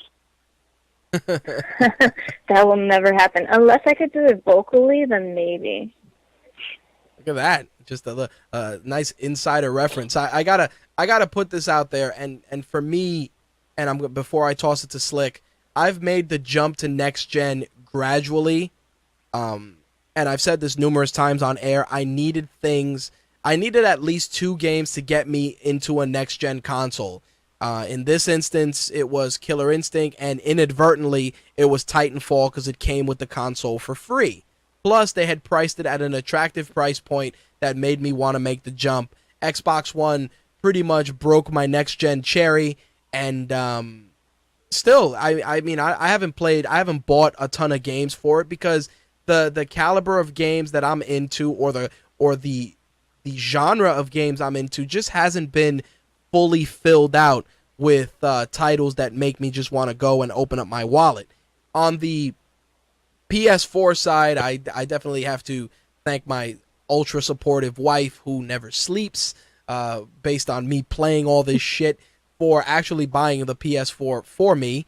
And again, you know, I played a couple of games on it, and there's a couple of games that are on my radar, but I'm not jumping out of my skin to go and plunk down $60. Now, on my radar for this holiday season is the Wii U, because there are now at least 5 games I want to play, 3 of which are already out, and 2 which will be out next year. Splatoon is one of them. And yeah, I've made the jump gradually, and a year later, I feel that the consoles, everybody says that they have differentiating titles, but I still feel that it's a level playing field because all the consoles do the same shit. Other than games being at 30 frames or 60 frames or 720p or 1080p, other than that, they both do the same shit. You can surf the internet on them, you can listen to music on them, you can watch Netflix on them. They're both getting unique console exclusive programming. I mean, at the end of the day, the differentiator is just the games and the level of enjoyment you get out of them. Now, our very own Slick, who I'm going to toss it to, hardcore, you know, loving his PS4, has not made the jump to Xbox One, but does have a Wii U. Slick, 1 year later, where do you stand? I am completely satisfied with my purchases, and I don't regret my choices because my Wii U doesn't get as much love as I originally intended, but I'm still very happy with it. Okay. I love the controller, and now that it actually has a battery that works, I love it even more. I wish they'd make another Lego City Undercover, but that's another story. With the PS4 and the Xbox One, I got my PS4 because there were games that I wanted on it. And that's exactly why I don't have an Xbox One, because there still aren't any games that I really want on it. And even though, for the most part, the games that I generally will buy you can get on either console, there are games that are important to me that are not coming out on Xbox One. Perfect example, next month, Guilty Gear, I can't even say the title right, Guilty Gear Xrd Sign, Right. whatever the fuck they want to call it. It's Guilty Gear. I love Guilty Gear, and it's coming out for PS3 and PS4. It is not coming out for any Xbox console. Right. I've never purchased an Xbox console at launch because there's never been a launch selection that interested me. Right. I got the first Xbox, you know, very, very late into its life, and that's part of the problem. Microsoft does not support their old consoles the way Sony does. This is true. I don't see much love for the 360 this year, and it's only been, you know, as of tomorrow, a year since it became quote unquote old news. Right. I got the Xbox 360 at the launch when Crackdown came out. Everybody else got it for the stupid Halo demo. I actually got it for Crackdown, which I love that game. And I'm looking forward to the Xbox One version of Crackdown, which probably will be the thing that actually makes me get an Xbox One. I have no idea when the game comes out. And like Danny said, I looked at Sunset Overdrive. It looks like it probably is a fun game, but that was nowhere near enough to get me to purchase an Xbox One. Because to me, as much as the gameplay looks decent, it looks like the ugly baby from Infamous, Crackdown, and Jet Set Radio Future, mutated together. Okay. So still only a two next gen console household for me. There you have it. So I'm glad both of you shared your insights, because again, everybody, a lot of sites were 1 year later, the consoles are neck and neck in a heated race. No, they're not.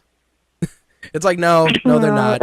Everything's the same. If Yep. you bought it for a previous console, there was like free upgrades when you got the new Yep. console, and blah blah blah blah blah. Exactly. There's Boring. no differentiator right now, and this is kind of why I've also forced it on myself to not buy any games till next week, because you're gonna buy the game. You did that Target buy two get one free. Guess what?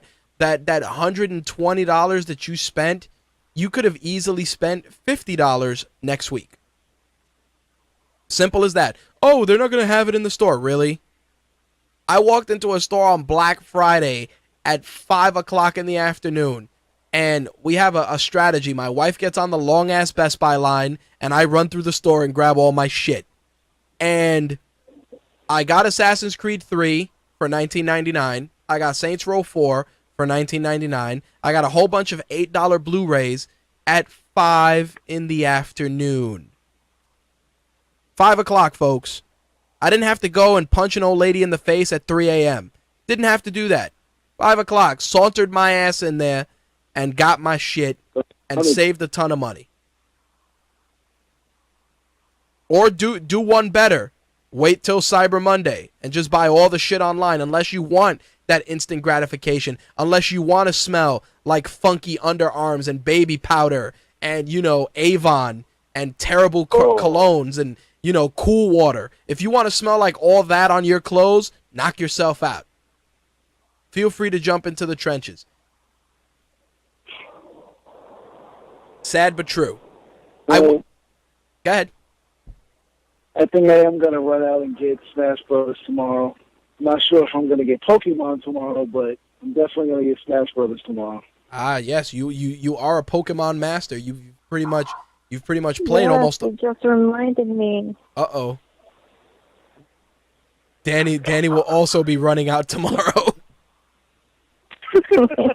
Am I gonna bump into you at the Nintendo store? Pokemon, are you getting Ruby, Sapphire, or are you getting the bastard bundle of both? Oh my god. I might have to get those, because the boyfriend needs his Pokemon copy too. Oh, well, they shit. actually make a package now, one package that has both games. Because 8 million years later, they finally realized that people actually buy both games together. There you go. Yeah, that is. Goodness gracious, Nintendo is going green. To wrap things up, I did want to talk about something that happens every December, and every December it gets panned, shitted on, and just demolished as soon as it's announced, and that is video game award shows.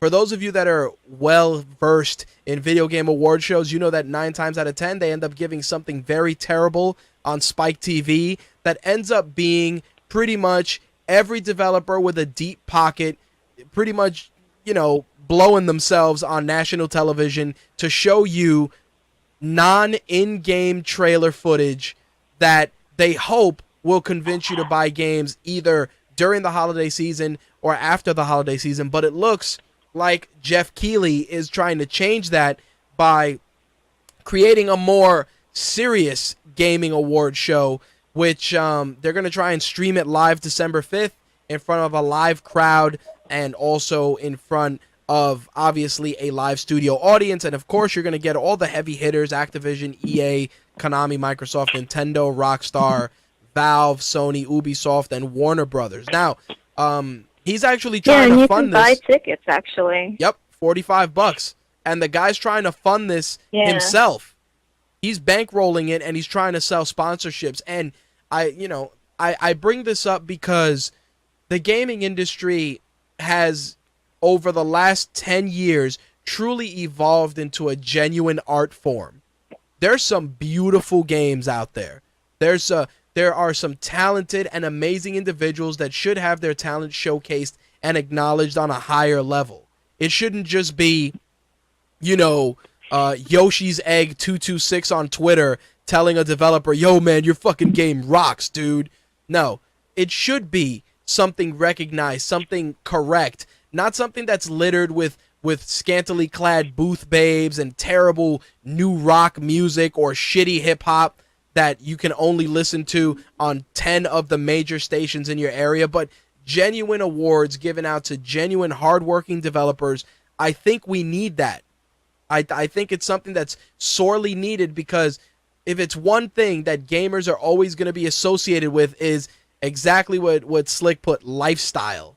Just real terrible stuff. Like, oh, Mountain Dew, Doritos, Cheetos, whatever other nasty shit is associated with gaming, that automatically ends up being a premier sponsor for any of these gaming events. You got to have flashing lights and seizure-inducing sounds and all kinds of craziness to tell you that the number one game of the year is Call of Duty. It's like, we're going to give you 20 minutes of sound effects and shit blowing up and pew, pew, pew, just to tell you that Call of Duty is the number one selling game, or Madden, or any of the other 20 games that we can name off the top of our heads. I give Jeff Keighley a lot of credit. Have you looked at the list of jury and advisors? They're all big press. Like, they are are the same people. They are the same people, but you know what I feel is slightly different in this situation, that the outcomes aren't just being dictated by who has the deeper pockets. While yes, there is going to be some of that, I'm sure that some of the big sites are still going to have one or two genuine fucking people amongst their staff that are going to be like, no. That game can't be number one just because the developer paid, for the commercial spot and for the lights and for the possible all-you-can-eat popcorn for attendees. No. Because that's what I do. I'd love to do. I don't have hope for this. I think this is going to be the same thing, just different packaging. That's it. You think it's going to be same shit, different packaging? Yeah, everybody really doesn't care about the actual awards and who wins whatever. Well, everybody cares for Game of the Year. And everybody's version of Game of the Year is different because everybody has different taste in games. So it's kind of pointless to pick a single Game of the Year. I would probably, if I ran a gaming award show, I would do Game of the Year based on genre. Game of the Year, first-person shooter, fighting Game of the Year, etc., etc. That way, everybody gets serviced equally. In addition to that, I would definitely ensure that I would run that shit like American Idol. You want your game to be Game of the Year? Call 1-800-VOTE for this shit. That's what I would do. Yeah, I mean, don't get me wrong. Every Call of Duty fanboy is gonna call in, but at least it's the peers. It's something like Slick knows this from watching Monday Night Raw when they do the audience participation and they tell people to tweet. What kind of a match do you want to see tonight? Stephanie McMahon on a pole match, etc., etc., etc. And people, they tweet and they do what they got to do. I would do that for certain categories and for certain games. I would involve the demographic. I would involve the general public. Because at the end of the day, nobody wants to see a bunch of developers sitting there jerking each other off for 2 hours with shitty music and performances by Tigga and Wale. Sorry, but no. I don't think that had anything to do with developers more than Spike wanting ratings. Well, and thinking what gamers watching the show really wanted to watch it for. Well, when the Spike TV Awards aired the first year, it was pretty much the developers with the deep pockets footing the bill and getting prime placement. So, you were going to get your Call of Duty promo at the 8:30 hour versus, your Drake promo or your Arkham City promo or your Batman promo that would air in the middle of the broadcast. And what I'm saying is that was becoming very, very academic. Slick, I think actually him and I live blogged one of them, right, Slick? Yeah, it was terrible. It was awful because we're like, up, and the winner is, oh, look, the game we all knew was gonna win. And it just became, because at that point it was who had the deeper pockets and the bigger campaign. I mean, even right now, if I said to you, Danny, what's your game of the year? What would you say? I don't have one. There you go. Slick, if I told you, what's your game of the year? It's not one. The one that I would choose or the one that's going to win? What would you choose? What would you say if you were running shit and I said, Slick, game of the year? Drum roll, please. What would you say? It's a tough one. I'd say Angry Birds Transformers Mobile just to be a dick. That's what I would do. I'd be that guy. I'd be like, oh, my number one game? Fruit Ninja. Ah! And it has to be the one with the Ghostbusters mod. Damn. But, Danny raised a very interesting point when she said that she feels it's going to be same shit, different packaging. And I really don't want to disagree with Danny, but unfortunately I feel that I have to agree with her because it's pretty much the rule of thumb. It's like the MTV Movie Awards and the MTV Music Awards and everything else that who's going to win, who's going to perform, who's going to make out with who, who's going to have a wardrobe malfunction. It's the same thing with gaming awards. It's going to be Call of Duty and Madden and maybe Mario Kart, or maybe they're feeling generous and it might be Drake, and maybe they'll give us an exclusive first look. And you got to have the big ominous voice to show us pre-rendered footage that has a tiny, tiny disclaimer in the corner that says not real in-game footage in action. Because we can't tell. Yep, because we can't tell. Because, we are dumb, ladies and gentlemen. We are just dumb gamers. But with that actually is going to bring our gaming segment to a close. I want to toss it to Danny first. Danny, where can people keep up with all your work, and where can they find you? Wait, I'm not hanging up though, am I? No. But you're gonna stick around for that. But some people punch out. Gotcha. Okay, so people can find me at royalflushmagazine.com. Pretty much articles are under GamerGal. That is me. And on Twitter, I'm Royal Flush Gal. Instagram, Royal Flush Gal. Facebook, it's facebook.com/Royal Flush Magazine.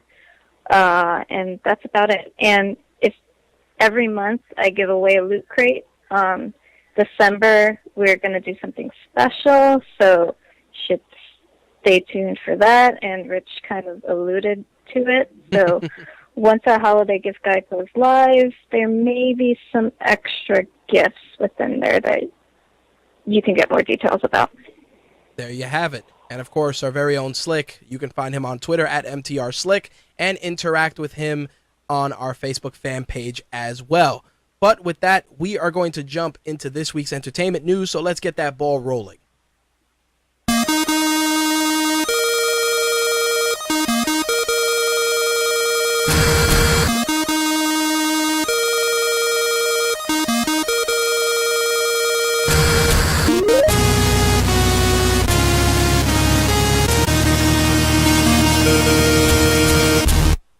All right, so I want to get the ball rolling with Fast and Furious, which we all know is on the cusp of its 7th installment. We all know that Fast and Furious is pretty much glorified car pornography at this point.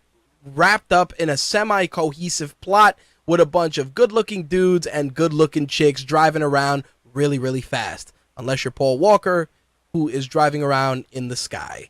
In any case, Fast and Furious 7, everybody expected that to be the swan song of the series, to kind of just bring things full circle, give Paul Walker his proper send-off, and that would be it. But it appears that we are in line to possibly get 3 more sequels. 10 films about driving around really, really fast. I live my life at a quarter mile at a time. Yes, Vin Diesel, we get it. We get it. One shirt, 2 sizes too small. We got it. So, with that said, how do you guys feel that this film may reach 10 sequels? Well, 9 sequels, not counting the original. Ladies first. Dani, I'll toss it to you. I still can't believe they're still making that movie. That's like the Call of Duty of movies. Oh, shit. Hey, who knows? Maybe in the next Call of Duty you get to drive in a really fast car and Vin Diesel will be your wingman. Jesus Christ. Stop giving Activision ideas. You know what gets me? I like the Fast and Furious films because they are a guilty pleasure. But even I have to say, do we need 10 movies? Do we really? It's like you killed off Michelle Rodriguez and then you brought her back and she magically had amnesia. Who writes this shit? Who? It's like a bad soap opera. It's like, yo, the bitch died in an exploding car, but she ended up just getting a contusion on her head and memory loss? Get out of here. And then magically she remembered Vin Diesel because of his dreamy bald head? Out of here. Fucking 3 movies, 3 more films. It's going to be fucking Fast and Furious and Walkers at this point. Because Vin Diesel's looking a little old. He looked a little old in the last one. I was like, dude, you can't just be running around with the wife beater thinking it's all cool. It's not. You're the one crazy uncle that your kids don't want you around. What was that, Slick? It's not Fast and Furious anymore. It's addled and mildly frustrated. There you go. It's the best part is that they convince all these people to get back and jump back into the franchise. But I'm gonna be honest. What is Tyrese Gibson really doing outside of Fast and Furious? What Oscar-winning film is Tyrese doing that is keeping him away from having a successful career? What else is Ludacris doing besides these movies? Here's a good one. They're bringing back Lucas Black. He was in Tokyo Drift. I actually thought that he was the bastard son of this entire series, and we would never see him on screen. But they figured, well, Paul Walker's dead. We got to bring this guy back. So, with that said, I don't feel that we need 9 sequels. 9. It's not necessary. It's not. I don't feel that we needed 1. Well, you know what it is? Like I said, I commend them for evolving the films from glorified glorified car porn to a decent heist movie to a semi-passable action film. But there's just some stuff that you look at and you're just like, come on. Vin Diesel, oh, look, I'm in a giant plane that's going to crash, but I'm going to magically floor it in this Dodge Charger that's pristine as I drive through the nose of the plane while it crashes. I'm not dead. No, not at all.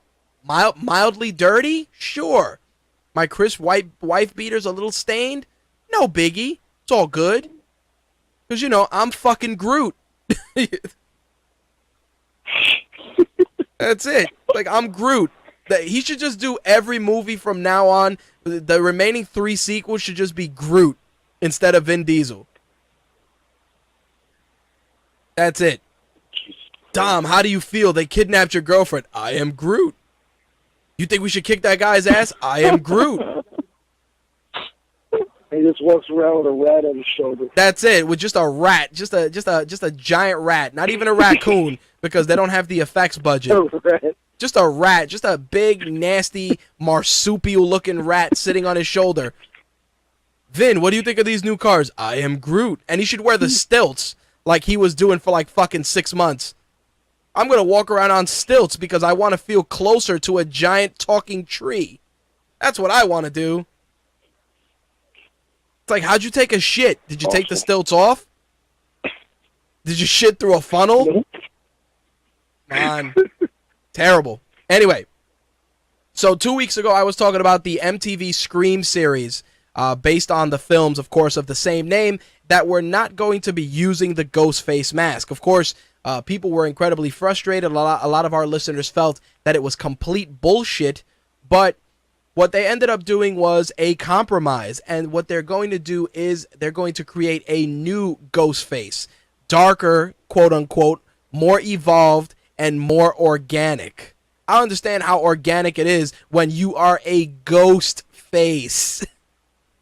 There's nothing organic about it unless it's made out of organic fibers that some hipster sold you in Brooklyn. Stop it. The whole point... Maybe they're trying to say he doesn't need a mask. Oh my god. It's like the whole point of that entire series. Metaphoric? Metaphorically speaking, this is MTV trying to be deep. He does have a mask. Yeah, they're really just gonna do Jersey Shore.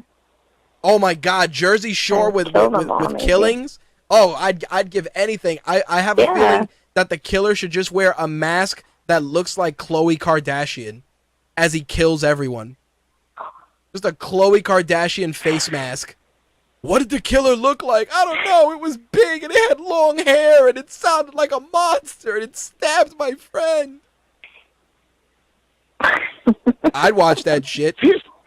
Fucking god awful. But you know what? It's not as bad as Dumb and Dumber 2 basically being the same film and taking the #1 slot this past week and earning $38.1 million, eclipsing Big Hero 6 and knocking it to #2, which earned $36 million, followed by Interstellar.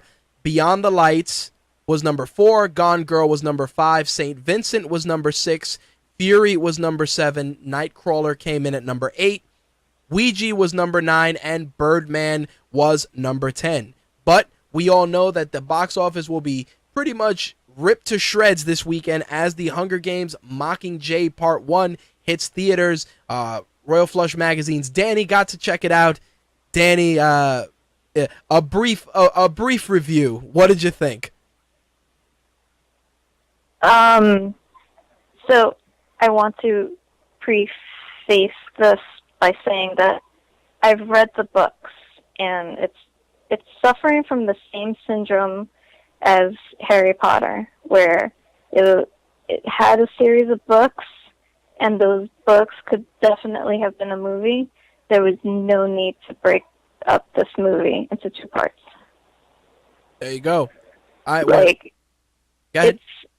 If anyone has read the book or could sort of understand that the last movie ended where Katniss shot an arrow and it got dark and they got escaped and PETA is now at the Capitol. So this movie is just leading up to the ultimate war that everybody knows is going to happen. So all of that waiting for action to happen is not going to happen in this movie. And when it does, it's like the last 15 minutes. You know what I gotta say? If I've seen the films with my wife. She too read the books, and I don't hate them. But I will say this: if somebody said who has a punchable face, it would be the guy that plays PETA. He is a doofy, fat-headed, bread-making bitch. Yeah, that's pretty much it. And that's how he is in the books. That's how he's portrayed. And the entire storyline is Katniss you gotta think of it like this. It's a kid being thrown into this murderous game, and she's really never gets an opportunity to make choices for her own. Yep. So the Mockingjay sort of continues that between her and Gale. So her, Gale, and PETA, that love triangle that's building. And you kind of don't know where she stands. And PETA is still going to be annoying to you. I'm just going to say it. There you go. You know what it is? It's like I watched it. Go ahead. Mm-hmm. No, you were saying? It's because if you read the books, PETA is being used as a pawn. So that annoying factor that you felt, you're going to feel it again. Yeah, I watched it and I'm like, all right, let's create a list of people I'd like to punch in the face. Number 1, PETA. Number 2, still PETA. Number 3, you guessed it, PETA. Number 4, Gale. Why? Because he is Chris Hemsworth's afterbirth. He's not a real Hemsworth brother. He's the leftover. He's what's left over. It's like, oh, look, you're a real little boy. Thank you very much. Like I feel bad. It's like they said Chris Hemsworth was voted, I don't know, whatever, sexiest man alive, whatever the fuck that means. And the first thing was like, oh, yeah. how does your brother feel about it? Oh, he's all right, and it's just like, no, he's not. That you walked into your living room and you said, Norse god of thunder, bitch. You are brothers. You mean to tell me that you're not going to break your brother's balls? Ha ha, they thought I'm the sexiest man in the world and you're just fucking Katniss's bitch. Ha ha. I just see it happening. I just see Chris Hemsworth in an Australian accent clowning his brother. Yeah, well, they do get to see, like, a tougher side to Gale in this movie. So, okay, good. There's some eye candy for the ladies. I mean, it was just frustrating because it just didn't need to be made. It could have been one movie. It's 2 hours long. Oh my God! It could have been tacked on to Catching Fire. It could have been condensed, tacked on to Catching Fire. Part of it shown in Mockingjay, and then just get to the ending. Like, now I have to wait till part 2 is released, even though I know what's going to happen and how you want to see it play out. Like, yeah, I want it to play out. So that's why I'm telling people, you know what? If you've read the books and you adore the books, you should just watch it in one sitting. Like, you should not. What's the word? You shouldn't wait. Like, they need to stop cutting up trilogies and cutting up series just to make a buck, or just because schedules don't work out. Yep. Well, I'll tell you this, I'm Dani. stuck on the damn title. Oh, I'm stuck on the Mockingjay? damn title, because every time I see Mockingjay, I'm thinking, I'm just going to hear out of nowhere, yo, Kanye, bring in the beat. You know what the thing is? I really didn't think I was gonna like the movies, but it had just enough violence to keep my attention. And I'll be honest, the splitting that film into 2 was a blatant cash grab. So your frustration is 100% warranted. There's no necessity for that. It's like, yo, cut the fucking cord. Yeah, but I don't know if it's a I don't know if it's a cash grab. It's more like, I think their schedules are conflicting, because you have Jennifer Lawrence playing X-Men, and there's more movies slated, and she's probably scheduled for a bunch of other movies too. So it's hard to get everybody together to film a movie, especially a movie that's like set in the dystopian future, and all of these probably expensive, elaborate sets that need to be done, and because there's a war, there's like explosions and stuff. Like, I think that's why they did part 1, but they should have just been smarter about doing the last movie. Yeah, Having not seen any of the movies that I have to still disagree, because the final Hobbit movie is one movie. Mm-hmm. If that shit is one movie, then making this into 2 movies is a cash grab. Yeah, but you know what that is, dude? That's because the first Hobbit movie was fucking 2.5 hours of those motherfuckers walking. That's what that shit was. They had Every to. Hobbit movie is them walking. No, bullshit. That first movie, it's hello, I'm Bilbo Baggins. We're gonna walk here, and we're gonna march over here, and we're gonna run from orcs here, but we're still gonna keep walking. Oh no, the Goblin King. We're gonna keep running. Oh, come on, out of here.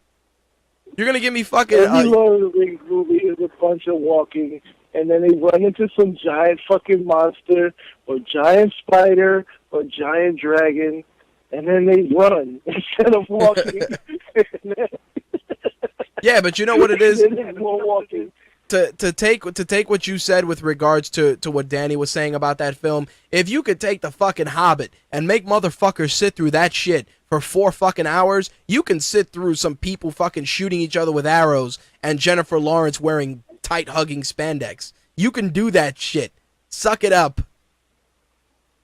If Danny's saying that the bulk of the movie is the fucking boring part of the book and you're still paying $19.50 for that shit, you should be kicked right in the nuts. Especially if you read it.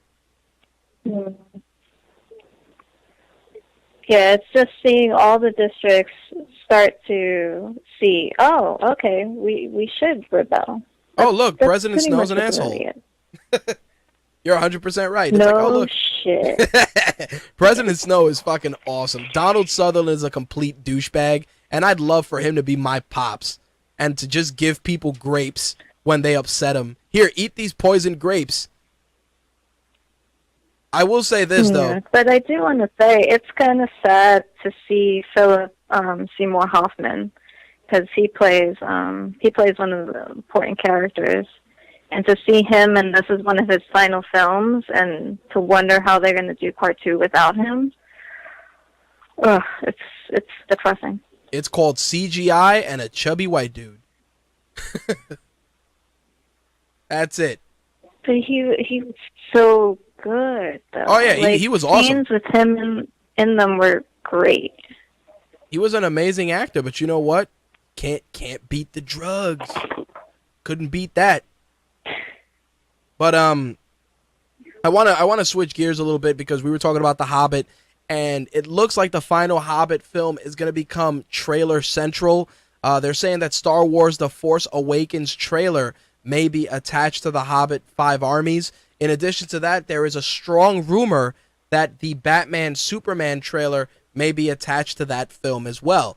I mean, don't get me wrong, I have no problem sitting through 4 hours of dwarves and elves and orcs killing each other, but the premise of possibly the 2 biggest films on the horizon is something that not too many people are going to want to pass up.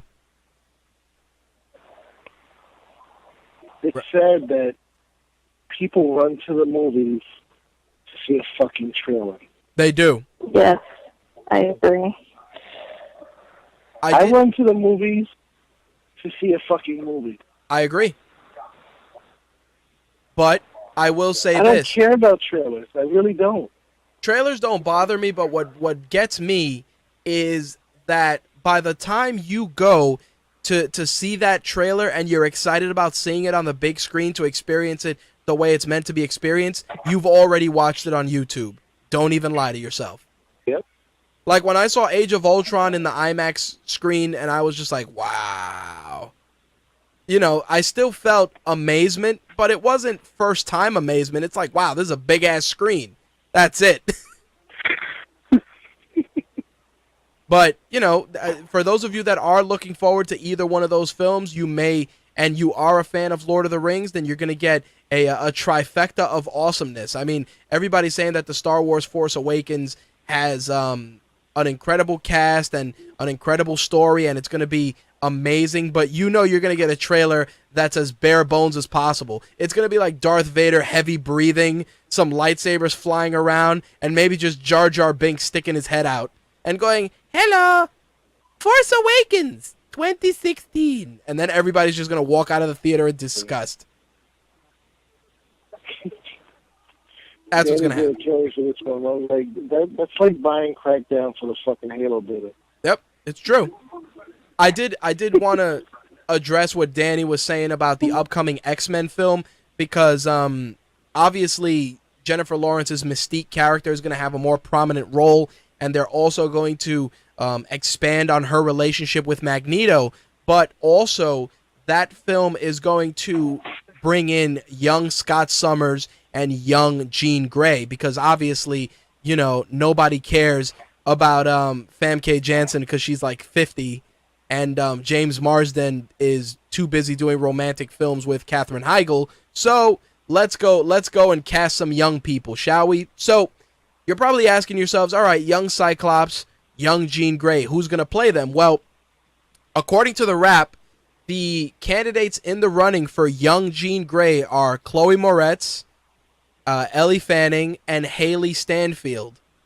Now, on the Cyclops side, they got Ben Hardy, who was in EastEnders, Charlie Rowe, who was in the Red Band Society, and Timothée Chalamet, who was in Interstellar, up for the role of Cyclops. I will say this, I'm almost guaranteeing that Chloe Grace Moretz will probably take that role because she's young, and she has a pretty good acting pedigree, and she's had experience in superhero films. What do you guys think of the casting? I'll take it to Dani first.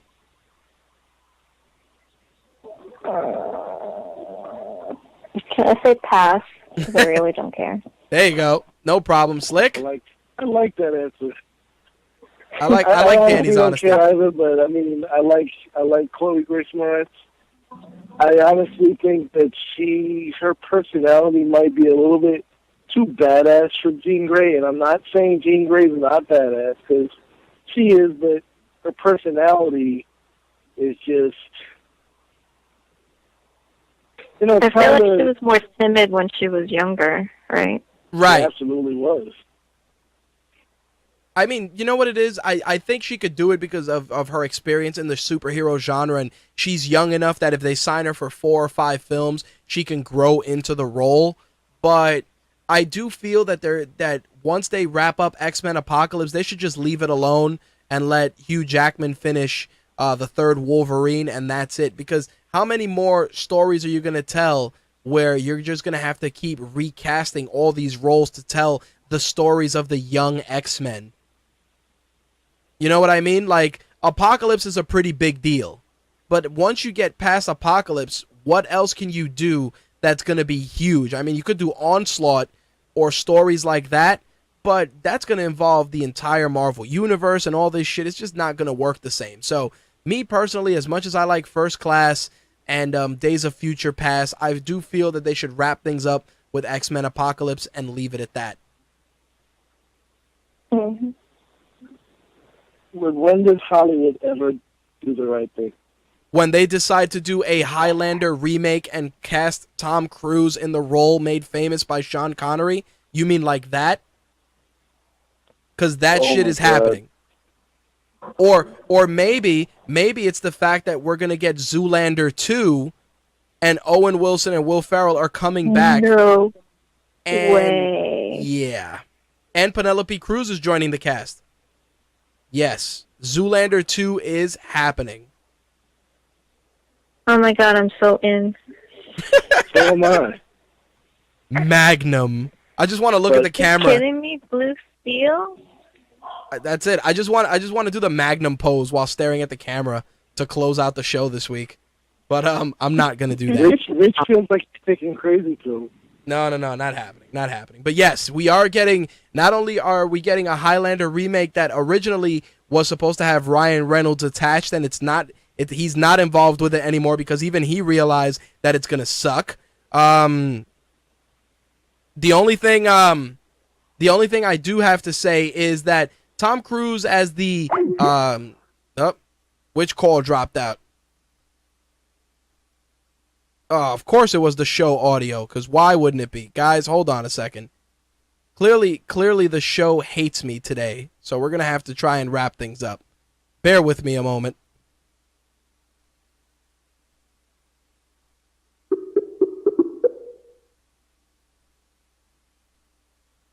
Welcome to Blog Talk Radio.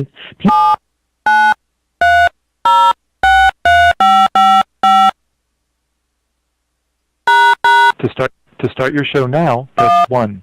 Since it appears you're calling back into a live show, we are reconnecting you now. Blog Talk Radio truly hates me. Truly hates me. But as I was saying before, I was so abruptly interrupted. Hollywood cranking out these obscure films and these obscure remakes and sequels shouldn't be a shock to anybody, especially when a film like Dumb and Dumber, which is a series that's old as fuck, had a sequel come out and took #1 at the box office. So yes, a Zoolander 2 is happening and a Highlander remake is happening with Tom Cruise allegedly attached. Now, on the Marvel side of things, we got casting being put together for the Jessica Jones and Luke Cage series that's going to be on Netflix, joining Daredevil as well. And they've got a couple of different actresses in line to play Jessica Jones. None of them sound remotely appealing, only because Jessica Jones is a badass chick. And when I hear the name Kristen Ritter, I don't think badass chick. I definitely don't think Teresa Palmer is a badass chick. Maybe Alexandra Daddario, because she was in True Detective. She's had some good credibility with some of the acting that she's done. But Netflix Marvel series, in my opinion, are going to be just things that are going to get more superheroes out there. I don't hate them. I don't hate the concept at all. I think they may even be better than fucking Agents of S.H.I.E.L.D., which is basically a 3-hour commercial for the Avengers every week. That's just how I see it. I mean, I don't hate it, but it's definitely not endearing in the least. I'm tired of these freaking console series and Netflix series and all this shit. I don't mind Netflix series. You know all that says to me is we weren't even good enough to get on TV. You know what it is? No, it just means that... Oh, I'm sorry. No. Go ahead, Dani. It just means that it's new ways for people to get their content out there because it's so hard to get on TV. I'll be honest. And for series like the no-name series like that one with the gamer high school, yeah, I'm all for that. But when it's shit that's like a Marvel series and you can't even get a slot on TV, that should tell you something. Yeah, you know what it is, and without digging too deep out, I have to disagree, and I'll tell you why. When you're stuck and you're pigeonholed in the television rule set like Agents of S.H.I.E.L.D., you're stuck in the confines of not being able to take certain liberties. Not only that, but you're not able to depict certain aspects of the Marvel universe that you'd want to address. A series like Daredevil, if you guys have read Daredevil comic books, you know Daredevil's not exactly the most upstanding comic book. There's a lot of crime, there's a lot of grit, there's a lot of grime. It's the underbelly of New York City. And I think that relegating it to Netflix is going to be beneficial because you'll not only be able to enjoy a series in its entirety, but you'll be able to go a little darker, a little violent, maybe a little nudity in there without having to worry about, oh, this is a superhero show. Why is it so dark? Why is it so gloomy? And in that respect, I mean, Netflix has had a pretty solid track record. I mean, Orange and the New Black is an amazing series. And I think that medium is going to allow companies to be more creative because I'm sorry, there's a lot of shows that are on TV that they don't get a fair shake. If they're not, trending at really, really high ratings, they get canceled before they even hit their potential. And some of them have found renewed life on Amazon and on Netflix. So in that respect, if it allows us to see characters that we've never seen before the right way, I'll take it. Because I'm sorry, I'll take Daredevil on Netflix than Agents of S.H.I.E.L.D. where they mention Captain America or Tony Stark or Thor every other week and they fight absolutely nobody. Oh, look, Lady Sif was here. We're going to have to pay her the entire effects budget for this week. Oh, guess we're not going to show any scenes where we're flying in the plane. That's what it is. No, they've gone back and they've shown the plane. The plane's back. Yeah, they've reused the same scene of the plane for fucking 3 weeks now. Oh, Sam Jackson's going to be on? Oh, one of you guys is not getting lunch for a month. That's how it goes. Dungeon with you. That's where shows like Arrow and The Flash are really, really good because they're trying to do unique interpretations of these heroes because nobody gave a shit about Green Arrow 5 years ago or the fucking Flash. Hell, John Wesley Shipp, when he did that show with the Flash, Slick, what did it last? Maybe a year? I think it had 2 seasons. Maybe 2 seasons. Still, 2 seasons, and it wasn't terrible. It was pretty solid, but nobody was into that shit. And then, DC in their infinite logic, oh yeah, we're going to do a movie about the Flash, but it's going to be a completely different actor. Because, fuck the TV show that's getting you the highest ratings you've ever had. Oh, look, the Justice League without Green Arrow. Yeah, fuck that guy too. That's what it is. But I want to close out with 2 things. One bit of news makes me incredibly happy, and that is that Christoph Waltz is joining the cast of the next Bond film as the bad guy. Number 1, because Christoph Waltz is an awesome actor. Number 2, his villains are fantastic. Nothing beats his work in Inglourious Bastards, and also his chemistry on screen with Jamie Foxx and Django. He is a tremendous actor. Let's not even talk about his work in the Green Hornet, because nobody gives a shit about that movie. And Seth Rogen should forever be guilty of putting that steaming pile of shit on screen. Horrifying. Well, why are you mad, Rich? Oh, I'm mad because the Green Hornet was on my screen, and Seth Rogen tried to fit his chubby body in a Green Hornet uniform and pretend that he was a hero. Stick to stoner comedies and movies where you're in a car with Bette Midler. Stick to that shit. But you watched it. I didn't. I watched that shit on cable. Neither did I. I watched that shit on cable like a jerk off at 2 a.m. I'm fully responsible for my actions. Fully responsible. I take full responsibility for wasting 90 minutes of my life. But it's not as bad as the idea that Hollywood is planning on doing a sequel to The Running Man, and Arnold Schwarzenegger is going to come back as Ben Richards. Listen, for future reference, if you're up at 2 in the morning, don't watch fucking Green Hornet. Watch that shitty female Spider-Man movie. Oh my God. Runs out of her vag. Oh, let's not have that, please. Let's not go that route. Danny, you don't even want to know. You don't even want to know. But no, that's not what we're watching. This is a family show. You tell me later, but I must This know. Wait, is not a family show. show. Damn it, we've been found A out. woman wrote into the show one time complaining about the harsh language. Rich basically politely told her to go fuck herself. I did.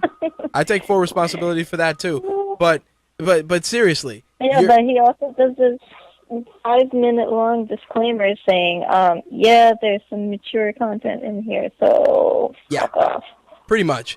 But yeah, the whole concept of doing a Running Man movie. First of all, Arnold Schwarzenegger is pretty much a mummy. His body is held together with duct tape, Elmer's glue, and some really good droids.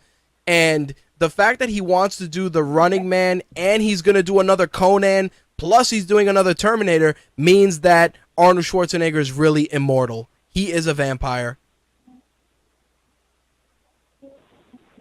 It's impossible. He's a vampire. Freaking, it's like, it's not working, because it's like he looks almost like The Walking Dead right now. I'm a cop, you idiot. Yeah. I'm a cop. About 2 months into the the decomposition. But seriously, it's like Running Man, no need for that. The Running Man was a guilty pleasure. It was terrible, but it was Arnold Schwarzenegger fighting a guy that was dressed in a light bright costume that sang in an opera voice. That's what that was. But he can't even do the Running Man anymore. He'd be like the Segway guy. The Segway guy. He'd be the slow pace man. Dude, I have no words for you, but they are entertaining that as a sequel. He is going to do The Legend of Conan, where he's probably going to just ride a horse for 2 hours. And, yeah, Terminator Genesis, because, We need more John Connor. Come with me if you want to live. Yeah, but it looks like he finished it. It says post-production Yep. on IMDb. Yep, Terminator's I think it's done. done. I'm a cop. Get in the car. Get in the chopper. Do it. And he's doing another movie called Triplets, Oh, which is like a sequel to Twins. yes, and I'm glad you brought that up. Yes, there is a sequel to Twins. You know what's terrible? I almost was about to say, is Danny DeVito even alive? But he is. So let me not. Yeah, I was wondering myself. 3 actors in the cast. It's Arnold, Eddie Murphy, and Danny DeVito. I'm like, yo, wasn't he killed on American Horror Story Freak Show last week? And then I was like, no. But yeah, listen to that cast. It's Eddie Murphy playing Eddie Murphy, because that's how they're gonna promote that And movie. Eddie Murphy. It's Eddie Murphy inside Eddie Murphy. What the hell movie was that where he was inside himself like a robot? Let's not go there. But anyway. I don't know what that is. But anyway, that bit of what the fuck movie news is just enough to wrap things up in a neat little bow. Once again, you can follow Slick on Twitter at MTRSlick and interact with him on our Facebook fan page. Danny, hit them with your info one more time. So it's Royal Flush Magazine, royalflushmagazine.com, at RFMag on Twitter. Personally, you can follow me at Royal Flush Gal on Twitter and Instagram, and our Facebook is facebook.com/Royal Flush Magazine. There you have it. On behalf of myself, Slick, Danny, and the rest of the MTR crew, thank you guys for tuning in. Slick and Danny, thank you for helping me have a badass show. Now I have to go and edit all the fuck-ups that happened throughout the evening, but it was definitely a blast. Thanks for having me. No doubt. I will see you around. Slick, I will catch you later. All right, man. Talk to you later. Peace. Peace. All right, guys, there you have it. So, you got all of Danny's info, so let me give you mine to wrap things up. You've just heard My Take Radio, episode 256, broadcasting live on Thursday, November 20th, 2014.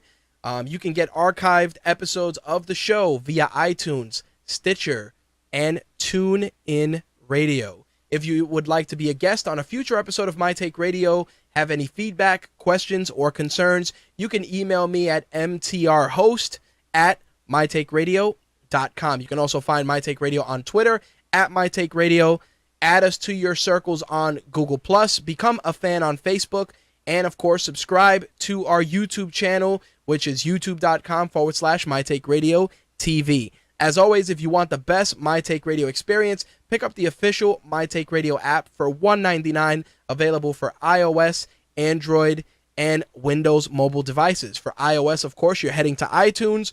For Android, you are heading to the Amazon Marketplace. And for Windows, you are heading to the Windows Store. All right, guys, My Take Radio airs live next week, Wednesday, November 26th at 11 p.m. Eastern, 8 p.m. Pacific. Until then, on behalf of the MTR family, I will see you guys later. Peace. I'm rich, biatch! That's all, folks.